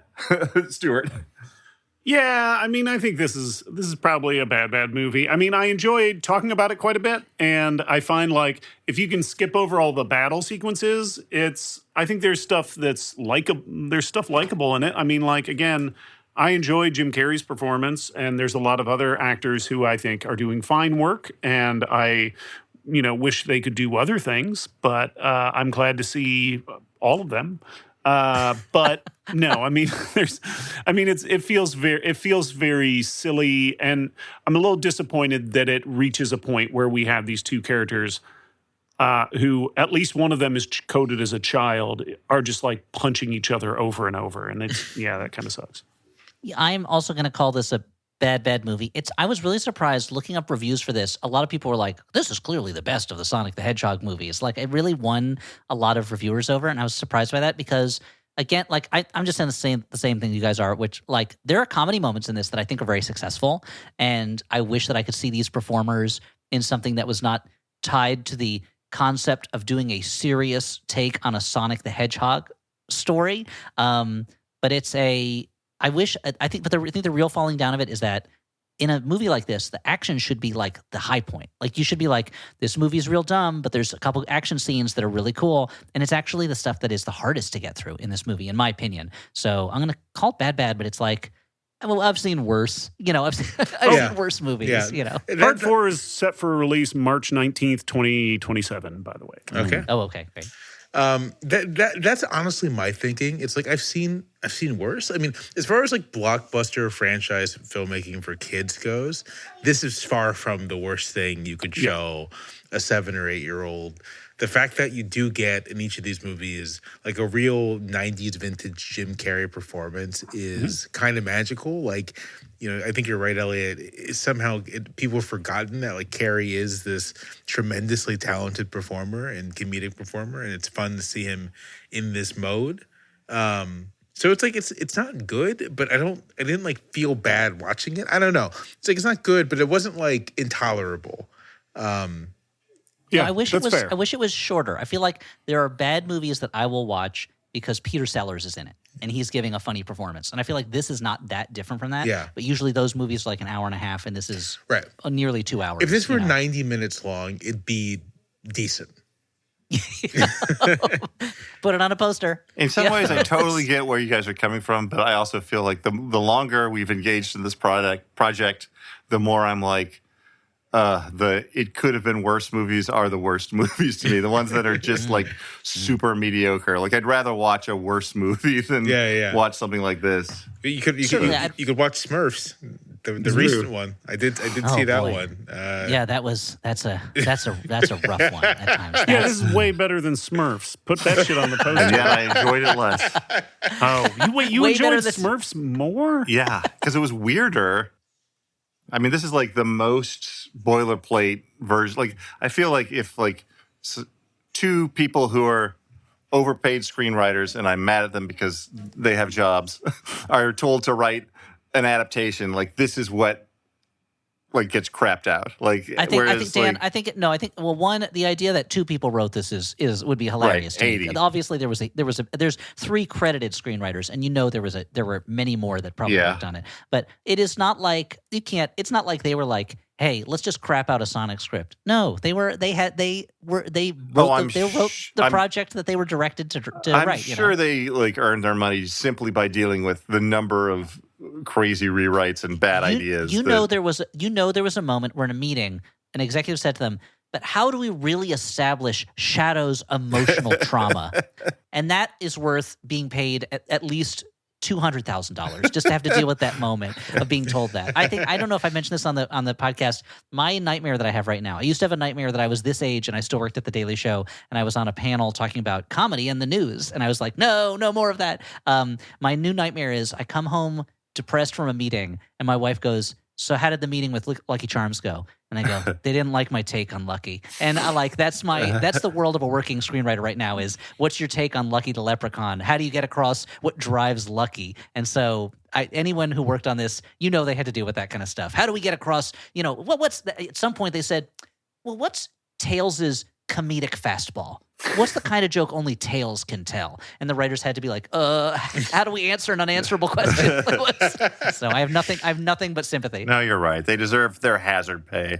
Exactly. They deserve it. Yeah. I'm just mad at the sorts of movies that are making money. It's disappointing that I was complaining to my dad about this and he didn't really understand what I was talking about.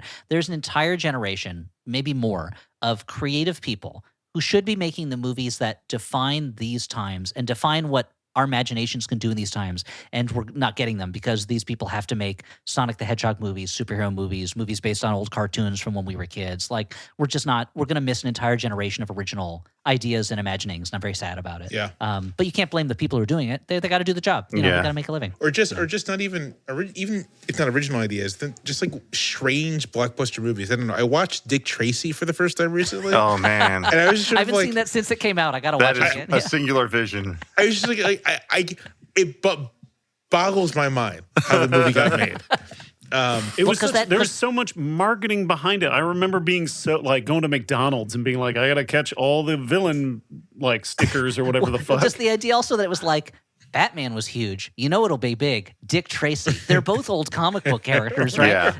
But that was the same thing where Warren Beatty was like, I assume Warren Beatty was like, when I was a kid, I loved Dick Tracy. I got to make this Dick Tracy movie. Yeah. But instead, he made it in a strange way, as opposed to It's as opposed to Michael Bay making like a Ninja Turtles movie where it's like, how do we make these characters fuck? How do we make them super badass? You know, It was definitely marketed as Batman 2. And by the way, the first Batman, also a nutty vision in its own way, but it was one that hit with the public. Like, I remember watching Dick Tracy in the theater as a kid and being like, I wanted another Batman. And then I saw it like, I don't know, a year ago, they did a screening at Nighthawk, and I'm like, this is amazing. This is like, a kaleidoscope of nuttiness. I love it. I gotta watch it again. Would you describe it as colorful? It is colorful. Like the comics. No, the comics were not colorful, Dan. They Well, were there printed were in black and white. 4-color. No, I mean, I'm talking about on Sundays, the Sunday. Yeah. Anyway. The other thing is that what's funny about the Dick Tracy movie is if I'm remembering correctly, they actually had to clean it up quite a bit because the old Dick Tracy comic strips are very violent. He's constantly killing his bad guys. Like it's like Prune Face committed this crime, shoot him in the face. The original Judge Dredd. There's Flat Top, stab him in the heart. Okay, Dick Tracy. Like, all right. And I have a watch with a little TV on it. Anyway, kill these guys. Man, at the time, that was like the height. It was like, can you imagine if you could have a TV on a watch?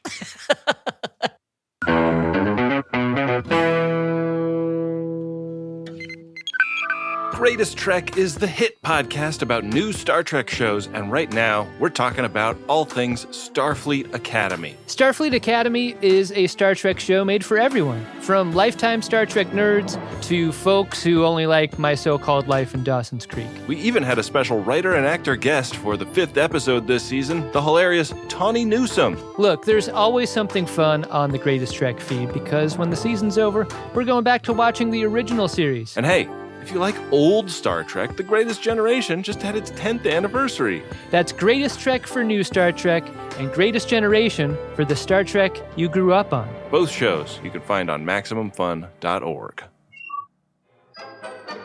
Ready, go. Knock, knock. Who's there? We got this. With Mark and Hal? Oh, you knew this one. We can't put that out as an ad. We just did. New episodes every week on MaximumFun.org or wherever you get your podcasts. Now it's Hewn in Rock. Hewn in rock? Yeah, How do you hew something in rock? with a chisel. There's only one Hugh in rock, and it's Huey Lewis. And the news is We Got This with Mark and Hal is available every week on MaximumFun.org. I walked right into that.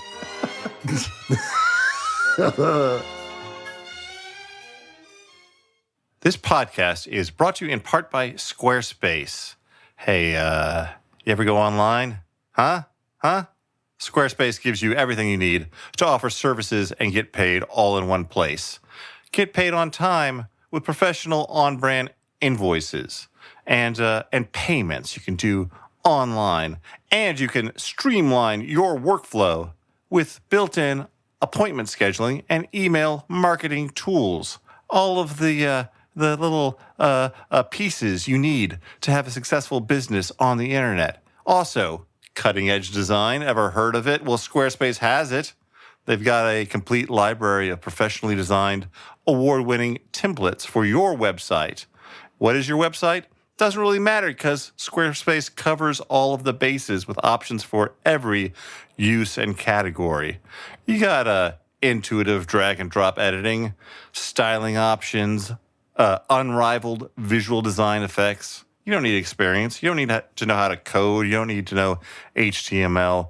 You just have to be able to log on to Squarespace and use their website builder. So head to squarespace.com/flop for a free trial. And when you're ready to launch, use offer code FLOP to save 10% off your first purchase of a website or domain. Also, before we get back to the show, just a brief message to say that if you're listening to this when it's released, you have a very, very short time to get in those Flop TV viewings before the show goes away at the end of the Flop TV viewing window. And we said that's the end of February. Maybe there's a grace day. I don't know. That's actually Matt's job, Matt, our tech person. But if you haven't watched Flop TV yet, check it out while you still can. And now, back to Sonic 3 and Jamelle and everything. Let's do letters from listeners Oh, let's do them. like yeah. you. Yeah, why not? This one's from Declan, last name withheld, who writes, "Hi, Floppers. I'm wondering if you guys have any tips on how to write about or review something positively. In this case, I'm talking From movies. this podcast, no. In this case, I'm talking movies on Letterboxd, but it applies to the world in general. Maybe it's just a byproduct of being on the internet with its widespread negativity, but for some reason, I feel my reviews are more likely to focus on the aspects of a good movie that bothered me rather than the aspects I liked, almost as if I'm trying to justify why I didn't give the movie 5 stars rather than what I liked but gave it an above average rating. For instance, I recently watched Paris, Texas. My review was 4 paragraphs of how I thought the beginning hour in the desert was too long and boring, and how the movie didn't feel like it delivered on the promises it set up, and how I got really close to turning it off, followed by 1 paragraph about how I liked it. My rating? 4.5 stars out of 5. I don't know whether it's because I'm more comfortable verbalizing something I didn't like than I am putting myself out there and trying to describe why something made me feel, but I'm kind of afraid that this is something that might be indicative of my personality, not to mention that this brand of negativity feels like a symptom of the world we live in, and is something we should all probably try to curb. I'd also like to get ahead of the jokes and say that I recognize the irony in writing to a bad movie podcast about this, but obviously you guys love movies, have a history with professional movie reviewers, and give recommendations on each episode, so I feel like you guys are amongst the foremost experts on the subject. Help me, Floppy Wine Kenobis, you're my only hope. Love, Declan, last name withheld. I would like to jump in if it's okay. This is very unlike me to jump in and talk first, and interrupt everybody. Declan, I feel like you were answering your own question in a number of ways, not in the how-to, but in the why. I think that we live in a world where it is very hard to make yourself vulnerable by saying, I like this thing. Because it's so easy for someone else to say, that thing is bad, you're wrong for liking it, you're dumb.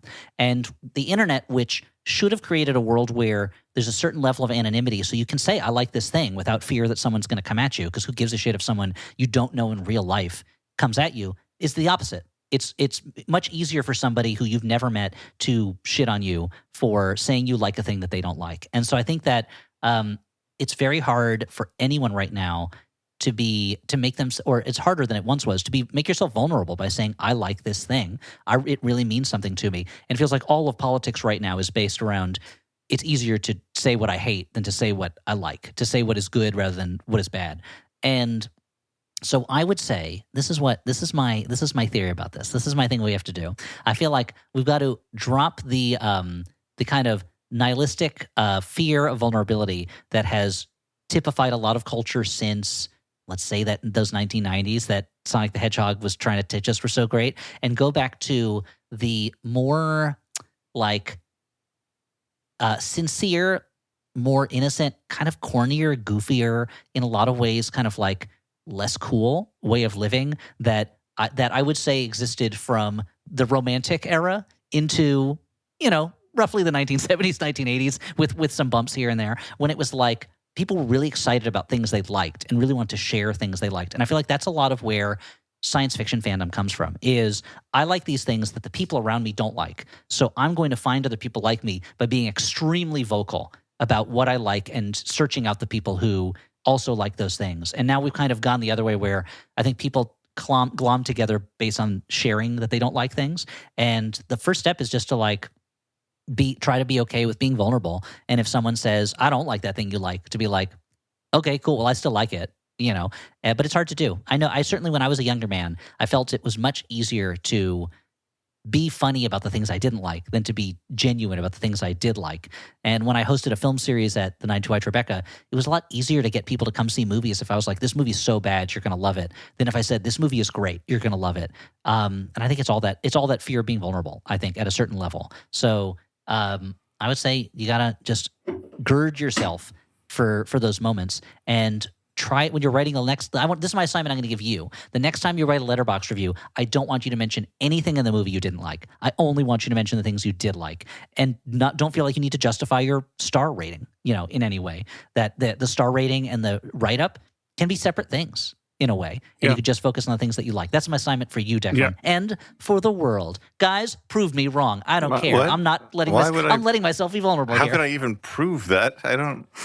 Debate me, Dan. Debate me No. on it. It's Oh, Tell me why look it's not at good Mr. to like Loves things. to write positive reviews over here. No, I mean, I found that like even in my like non-review like life, I have a problem with like leading with the negative and just sort of assuming that the positive is understood to be positive if I don't mention it. Like that's okay, and like yeah. the baseline. And I don't think that that's a good, I've had trouble, talking with Audrey because of that sometimes. I had trouble with my friends sometimes where it's just like, oh, the negativity is obvious, but the positivity is left unsaid. Stuart's nodding his head, probably because he's, remembering a cool song he heard once and he's bobbing his head along to it.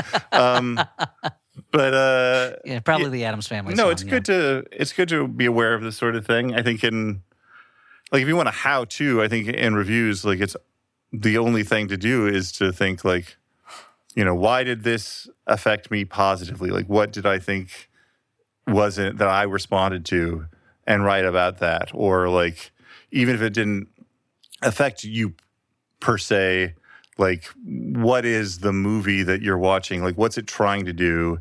And did it succeed at that? And why? And like, talk about why it succeeded in that, because like, as sort of a side note to that, I think a lot of people get very negative, like imagining the movie that they thought they were going to watch. And if it doesn't live up to that, they're mad rather than engaging with like what is actually in front of them. And, a lot of that's advertising and expectations, but do you have any thoughts? Yeah, it's just like My Girl, right? You get mad about those bees. I am mad at those bees years later. I don't know. Yeah, I mean, I think, one, I know that I was raised in a family and an environment where if I shared a particular affection for something, that became ammunition for people to make fun of me for liking it. And while I feel like I've gotten over most of that, there's also, that's lingering. And but I do know that like, as somebody who deals with depression a lot, that like I try to focus on the things that I like because, it's hard to find joy in the world sometimes. And you need to figure out what you like so that you can get that. And so I guess I just find myself, thinking about the positives of a lot of things more often. That doesn't necessarily help you with your reviews. I would recommend sticking to the things that you like and follow what Elliot said, because that was well thought out. But yeah. Yeah, Elliot said something that I thought was quite useful, which is to separate a star rating from just what you're going to write about the movie, right? Like, if there are plenty of movies for which I would give a 2-star rating on the Letterboxd, but might write about the things about the movie that I just like, that made it worth watching. Or even if sometimes I'll give a movie a low star rating, we give it a heart, and that's just a signal that this movie isn't particularly good, but I still enjoyed it, and I enjoyed it for these reasons. And I think it's worth just sort of both recognizing that there is this internet premium on negativity, but doing what you can to push against it. And like Elliot said, being a little vulnerable is worthwhile. Being a little cringe is worthwhile. I think one thing, not to bring too much of my day job into this conversation, but one thing that I think is true is that I think our politics at this moment are somewhat downstream of a cultural belief that negativity and cynicism are somehow more authentic and more true than positivity and the things you might label as cringe. That, like, for whatever reason, we view that stuff as insincere, as virtue signaling. When I think that virtue actually needs to be signaled. That's the thing. Virtue is a public performance, and it has to be demonstrated, and that is going to look embarrassing, and you just have to power through that. Yeah, there's something. This is kind of a semi-unrelated, but I feel like it's similar in that in one of Chuck Klosterman's essays, he talks about being like a young punk and going to a bar where there was a group of like hair metal guys who would dress up in really ridiculous outfits and then play hair metal at this bar. And he and his friends would just sit in the back and laugh at them and be like, oh, that sucks. Look at that. And in the essay, he's like, and you know what those guys probably did later that night? had sex with their girlfriends. Like they were having a really fun time, and our idea of a fun time was just to sit and shit on them having a fun time, which is not fun. Like that, they were so afraid of not looking cool that they were cutting themselves off from enjoying themselves. And it's a little bit like I feel like a lot of in terms of like political reporting and our national culture right now. It's like the people who refuse to dance at weddings, which I was one, for many years, where it's like, oh, because I don't want to look stupid. And it's like, well, why not? Have a great time. Yeah, Like, who cares if you look stupid? Everyone else is. Like, just have a good time. And you're like, who cares if somebody films it and puts it on the internet? Like, everybody looks stupid on the internet. It's okay. Like, is that happening? Are people putting wedding dancing up on the internet? I think that is a concern for some young people, is that because that makes everything sense. is filmed, people are nervous about being filmed in a way that they can't control. Yeah, that makes sense. But I think if like what you're saying, I think is great, Jamelle. Like you have to be a little cringe in order to engage sincerely and enjoy life to a certain extent. Yeah. And you can't just always hold yourself back and be like, you can't always be Daria. Yeah, and you can't always if you keep finding ways to not do something, you'll never fucking do anything. Yes. That's a good point. Declan, you have no excuse now. That was more inspiring. I mean, you than gave I expected. you gave him an assignment, Elliot. I feel like that's better than a lot of our letter responses. Speaking of letters, there's one more. This is from Aaron, last name withheld, who writes, Why do movies suck so hard? This guy Declan writes the dumbest reviews. What do I say to him to get him to stop? Aaron, why would you, Dan? Why'd you pair these two letters together? Because he's got to be shown. This is from Aaron, who writes, I'm listening to your Smurfs episode with guest Jesse Thorne, and he mentioned Field of Dreams as a baseball movie he enjoyed. I saw Field of Dreams for the first time this summer in Iowa City at an outdoor movie event. When the line, "Is this heaven? No, it's Iowa," came up, everyone there said it along with the movie, and then we all cheered. It was really fun to be there and witness that, especially for my first time seeing the flick. Thinking about that experience, I was wondering whether there are any movies that you strongly associate with place. It could be because you watched it in the location where it happened, or that it brought up a particularly strong memory of a place for you. My second question, less related to movies, are there physical spaces, whether from your past or present, without doxing yourself, of course, that really stuck out to you and shaped you into who you are or want to be? Thanks, Aaron, last name withheld. P.S. I was at the late Chicago show.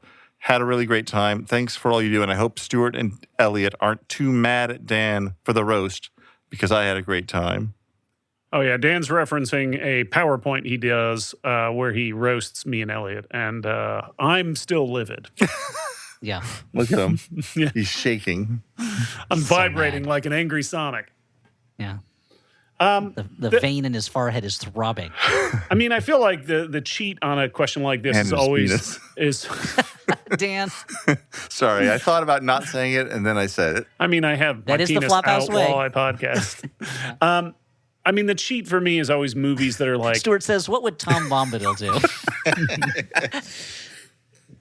you wouldn't So take you're saying that the cheat goddamn on- ring. The cheat is something like, I as somebody who has chosen to live in New York, I obviously have an affection for New York, and growing up, I saw a lot of movies set in New York, and I still have a thing where, like, seeing movies that are clearly set in the city that I choose to live in, it already gives me an affection for it, especially, like, in particular, if it shows, like, a New York slightly before my time, that's like even better. Like, give me a 90s New York. I'm like, oh, take me there. Because that was kind of the feeling I had when I was like, where do I want to live?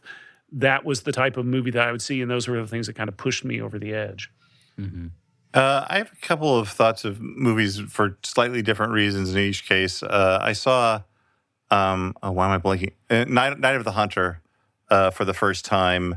It was being screened, like someone had a 16 millimeter probably print that they were playing in an airplane hangar near where my ex, her family is from. This and sounds like a way that the cops entrap nerds that have committed crimes.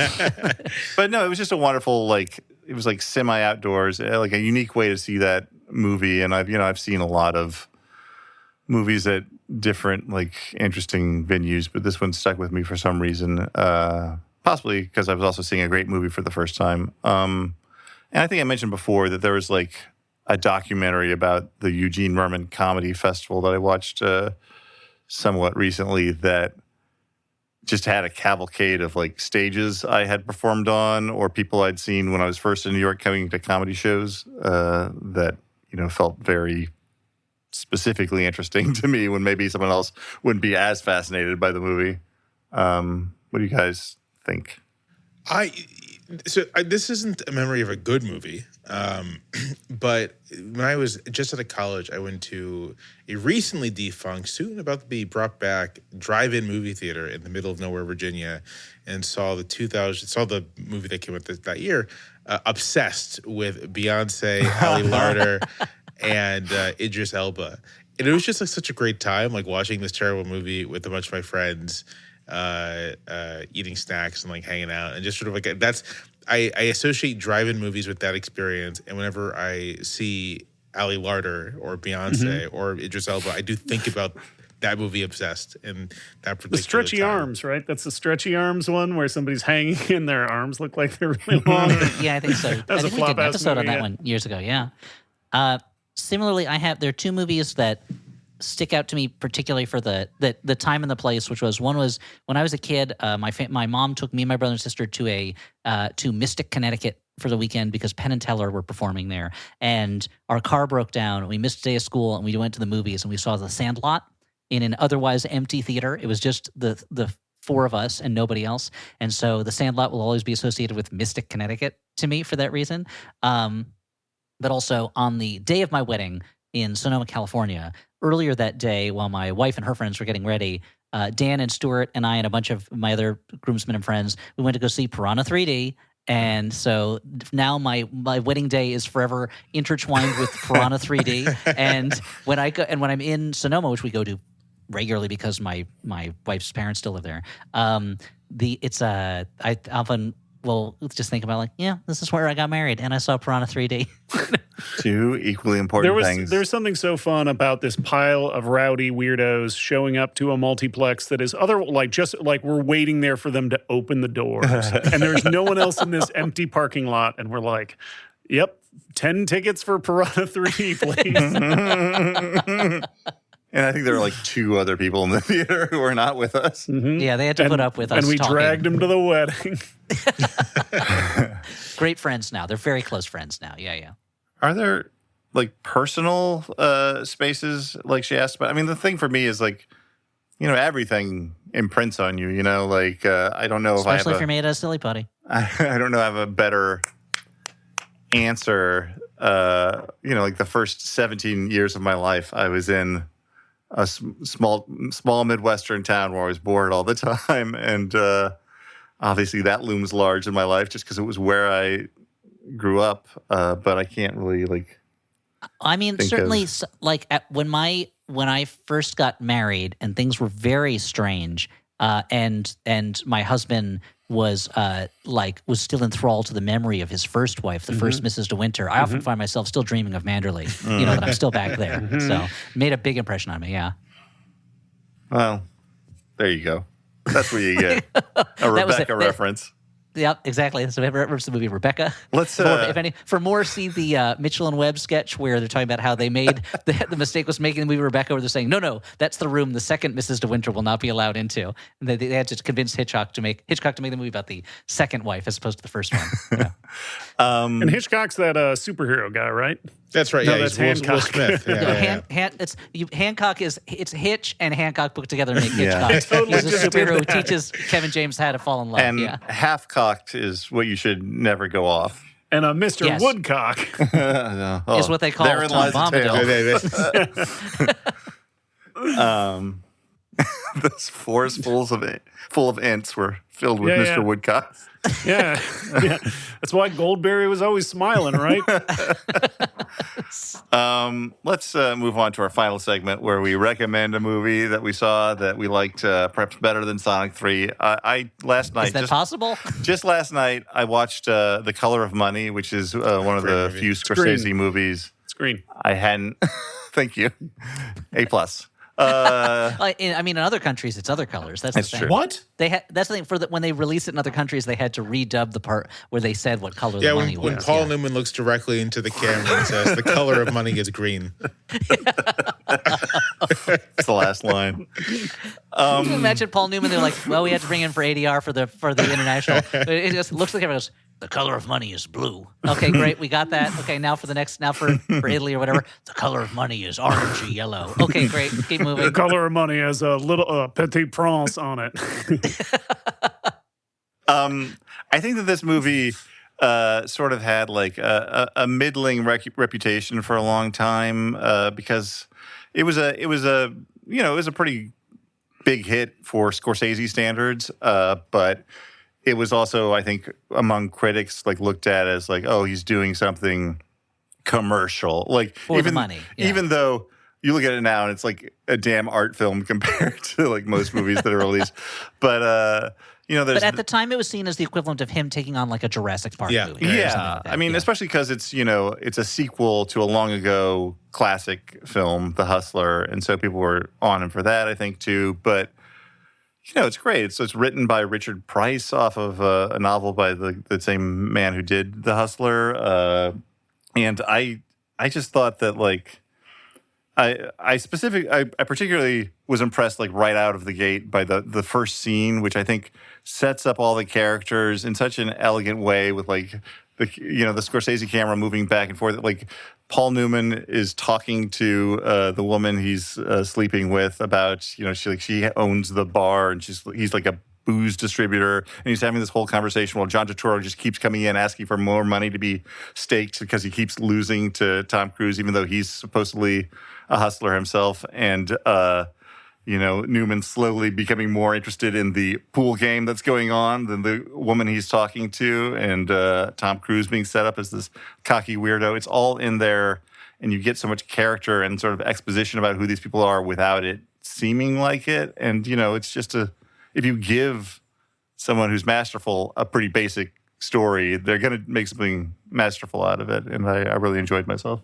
One thing I like about that movie, which I also have been a big fan of for years, is how wild the camera gets during the pool sequences.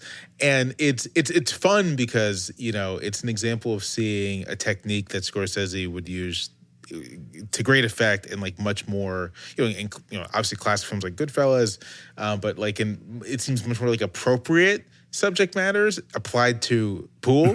So like in Scorsese's hand, like a game of pool is the most dynamic thing that's ever happened on the planet Earth. Something that's played on a stationary piece of furniture. Stuart. Sounds great. I am going to recommend a movie I saw this week that just saw a U.S. release. It's the movie Pillion, starring Alexander Skarsgård and Henry Melling. It's a movie about a young, kind of timid, nervous man who begins this kind of whirlwind, complicated romance with a very handsome biker who is part of the BDSM community. And it's really funny, and it's also hot and like sweet, and I think it deals with the BDSM community in a really sensitive way. And it's just really like, it's just beautiful rom-com that has jokingly been called a dom-com. But this is also a really good, this is also Dom DeLuise is in it. Yes. I mean, you don't have to say calm if Dom DeLuise is in it, because it's a calm. He brings the calm. But this is also, I think this is Dom also implies calm. That's what they used to say about him. Yeah. It's a really strong performance from Alexander Skarsgård, who is a guy who is often called upon to be this like silent, brooding figure. And I think he is able to add layers to this otherwise kind of stationary character in a lot of ways. And he imbues this character of very few words with a lot of emotion. And I think it's a really beautiful movie, and it's the perfect Valentine's Day movie. Speaking of perfect Valentine's Day movies, maybe not, I don't know. Every now and then I have to wash out my brain by watching an old movie that I haven't seen before and I don't know about. And this time I watched the movie Heat Lightning, from 1934, which I really loved. It stars Aileen McMahon, one of my favorite kind of 30s supporting performers. You may know her best as the most gold diggery of the Gold Diggers of 1933, one of the all-time great 30s musicals. But she often was like a supporting character, but here she gets to be the star. And she plays a woman who, with her younger sister, runs a kind of like gas station and lunchroom in the middle of the desert, and lives an isolated life out there. She does all the what they keep calling the man's work in it. She fixes the cars and pumps the gas and things like that. And it's because she has a scandalous past she doesn't want her younger sister to know about. But then the man from her past, by coincidence, shows up at the roadside lunch stand while he's on the run from a robbery that he committed in which he killed a man. And a couple other characters were also around and adding their kind of like little bits of personality to it. And it's a real tight movie. This is one of those movies that's barely over an hour long, but where I feel like you get a full idea of who these characters are and what they're feeling, and it ends somewhat in tragedy, as it has to. But I really loved it. It's such a shot of like real like 1930s like filmmaking, in a way where the story moves fast, the characters are sketched in really strongly, the acting is really fun, and it looks really good. It was directed by Mervyn LeRoy, who was one of the big directors of that period, and I just really enjoyed it a lot. So that's Heat Lightning. If you want to watch a quick, fast old movie that's fun to watch. I've been watching the Leroy films on Criterion as well. I think this is in that set. Yeah. I think this is in there. Yeah, he's one of these directors where like people don't talk about him because he's not. I guess he doesn't fit the idea of like what a great director is, but he's got so many fun, good movies to us. I mean, he did Gold Diggers of 1933 also, which has some of the best musical numbers of any. I really like I Was a Fugitive from a. I am a fugitive from a chain gang. Yeah, not even was. Yeah. He still is. Yeah. He is. I'm currently a fugitive from a chain gang. I continue to be a fugitive from a chain gang for the foreseeable future. He did a Little Caesar, great. which is great. Yeah.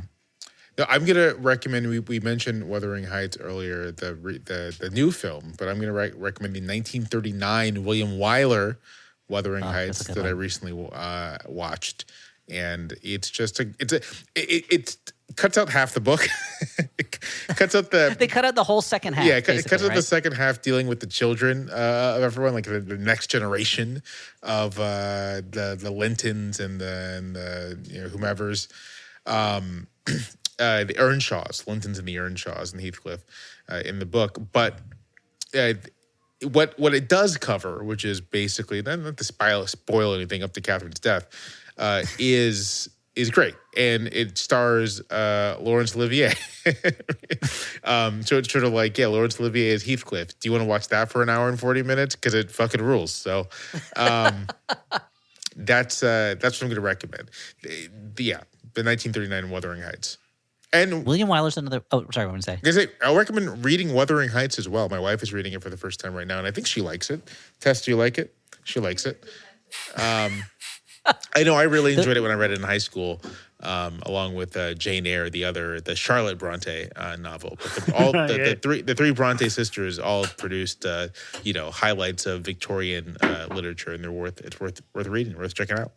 I wish, so when I was in high school, I didn't give them a fair shot because I had to read them for school. And there were always other books I wanted to read more. And I remember one summer where I had to read Jane Eyre for my senior year coming up. But I also had Hell's Angels, the Hunter S. Thompson book, like lined up after that. So I was like, come on, Jane Eyre, like let me get done with this so I can read Hell's Angels. And I need to go back and relook at it. But William Wyler, who did that, he's another one of those directors who like his stuff in the 40s and 50s like is astounding. Like he has such an amazing run of movies. Yeah. He's so good. I was the same way as you, LA, with Jane Eyre, and I was like, oh, this is boring. I want to get back to reading my Vampire the Masquerade rule book. But then then it gets to the point where the other wife shows up, and you're like, what? Man. Okay. Yeah, well, like, where was this? Where was this the whole time? I loved Jane Eyre all the way through. I would like, much talk be more more interested shit in that than what were you saying? Hunter S. Hell's Thompson? Angels?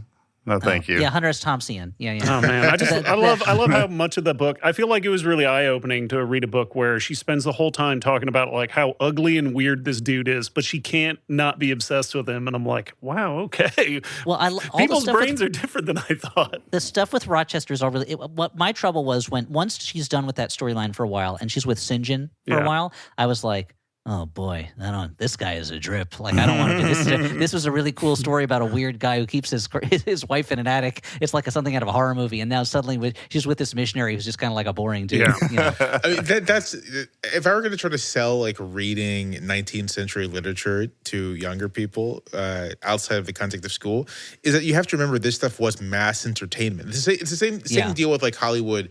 You know, I think younger teens, people in their 20s may imagine 30s and 40s Hollywood as being sort of like homework. But this is all mass entertainment for like almost lowest common denominator. So a thing like Jane Eyre, weird guy with his wife locked up in the basement, is it's meant to be titillating to audiences. And it's worth reading that stuff and watching that stuff with that in mind. This isn't really homework. This is supposed to be entertainment for you to enjoy. It was meant to be enjoyed. Yeah. It makes me feel like though that in 100 years people like young people don't want to watch Sonic the Hedgehog 3. They think it's going to be boring, but at the time children love watching movies about dead kids. Okay, well, before that kids only want to watch strobing lights and colors with that have no narrative content whatsoever. They don't realize stories were meant to be enjoyed. Yeah. Before we go, Elliot plugged for you at the beginning, but in your own words, Jamelle, is there anything you would like to bring up before we say goodbye? Sure. If you want to read my stuff, it's at the New York Times. I have my podcast with my buddy John Gans on Clear and Present Danger, and I'm on YouTube and TikTok and the like, so you can watch me, do videos about our crumbling society. Yeah, if you want a smart person being justifiably mean to some awful people. I mean, I feel like there are a lot of people in the not to blow too much smoke up you, Jamelle, but like there are a lot of people in the press who, like you're saying, are built on cynicism, and that cynicism becomes well, I have to pretend that everything's okay, or that things are I have to show I'm above caring about this. This is just normal stuff. And I feel like your work is such a corrective where you're like, this is bonkers. This is not how this is supposed to work. Like this guy's he's a insane liar. This is not and my mom is frequently forwarding me your newsletter, and I'm like, yeah, I subscribe to it. Like, you don't have to. I read this. You don't have to send it to me. Yeah, I think just thank you first of all, Elliot. But I think just to kind of observe my own approach here. I think people mistake what I'm doing for kind of like Pollyannish optimism, but it's not really that at all. It's more sort of like I do take this stuff seriously, and I do, sincerely, believe in the ideals and aspirations of our country and such. And so I think it's important to just, say that you shouldn't take this kind of deviance as sort of just the way things are. It's actually they've often been this way, but they don't have to be this way. And like how it is often very like literally up to decisions we make as individuals.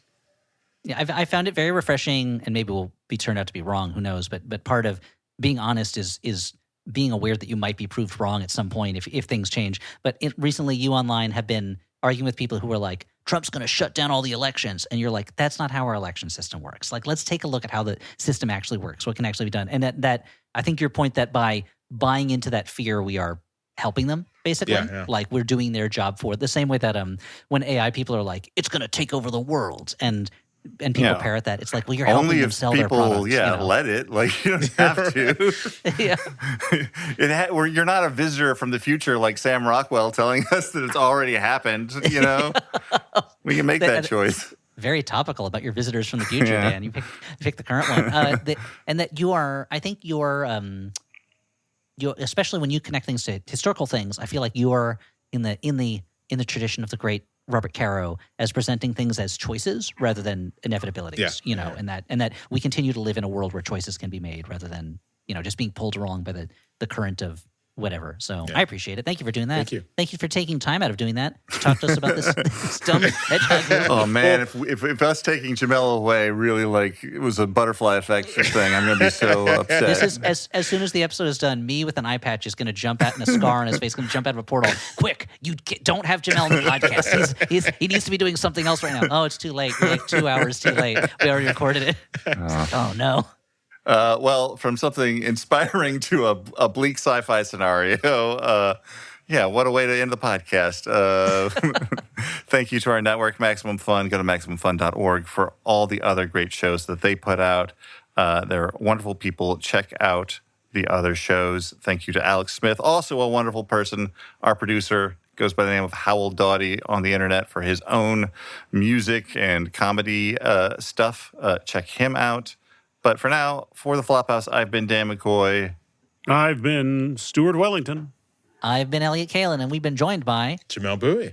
Bye. Gotta go fast. we said after a 2-hour podcast.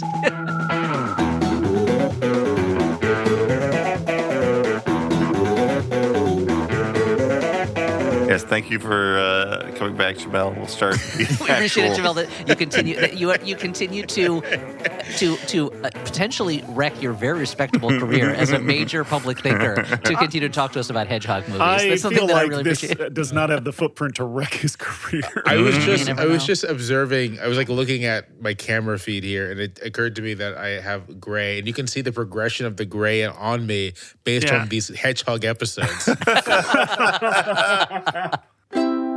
Maximum Fun, a worker-owned network of artist-owned shows. supported directly by you.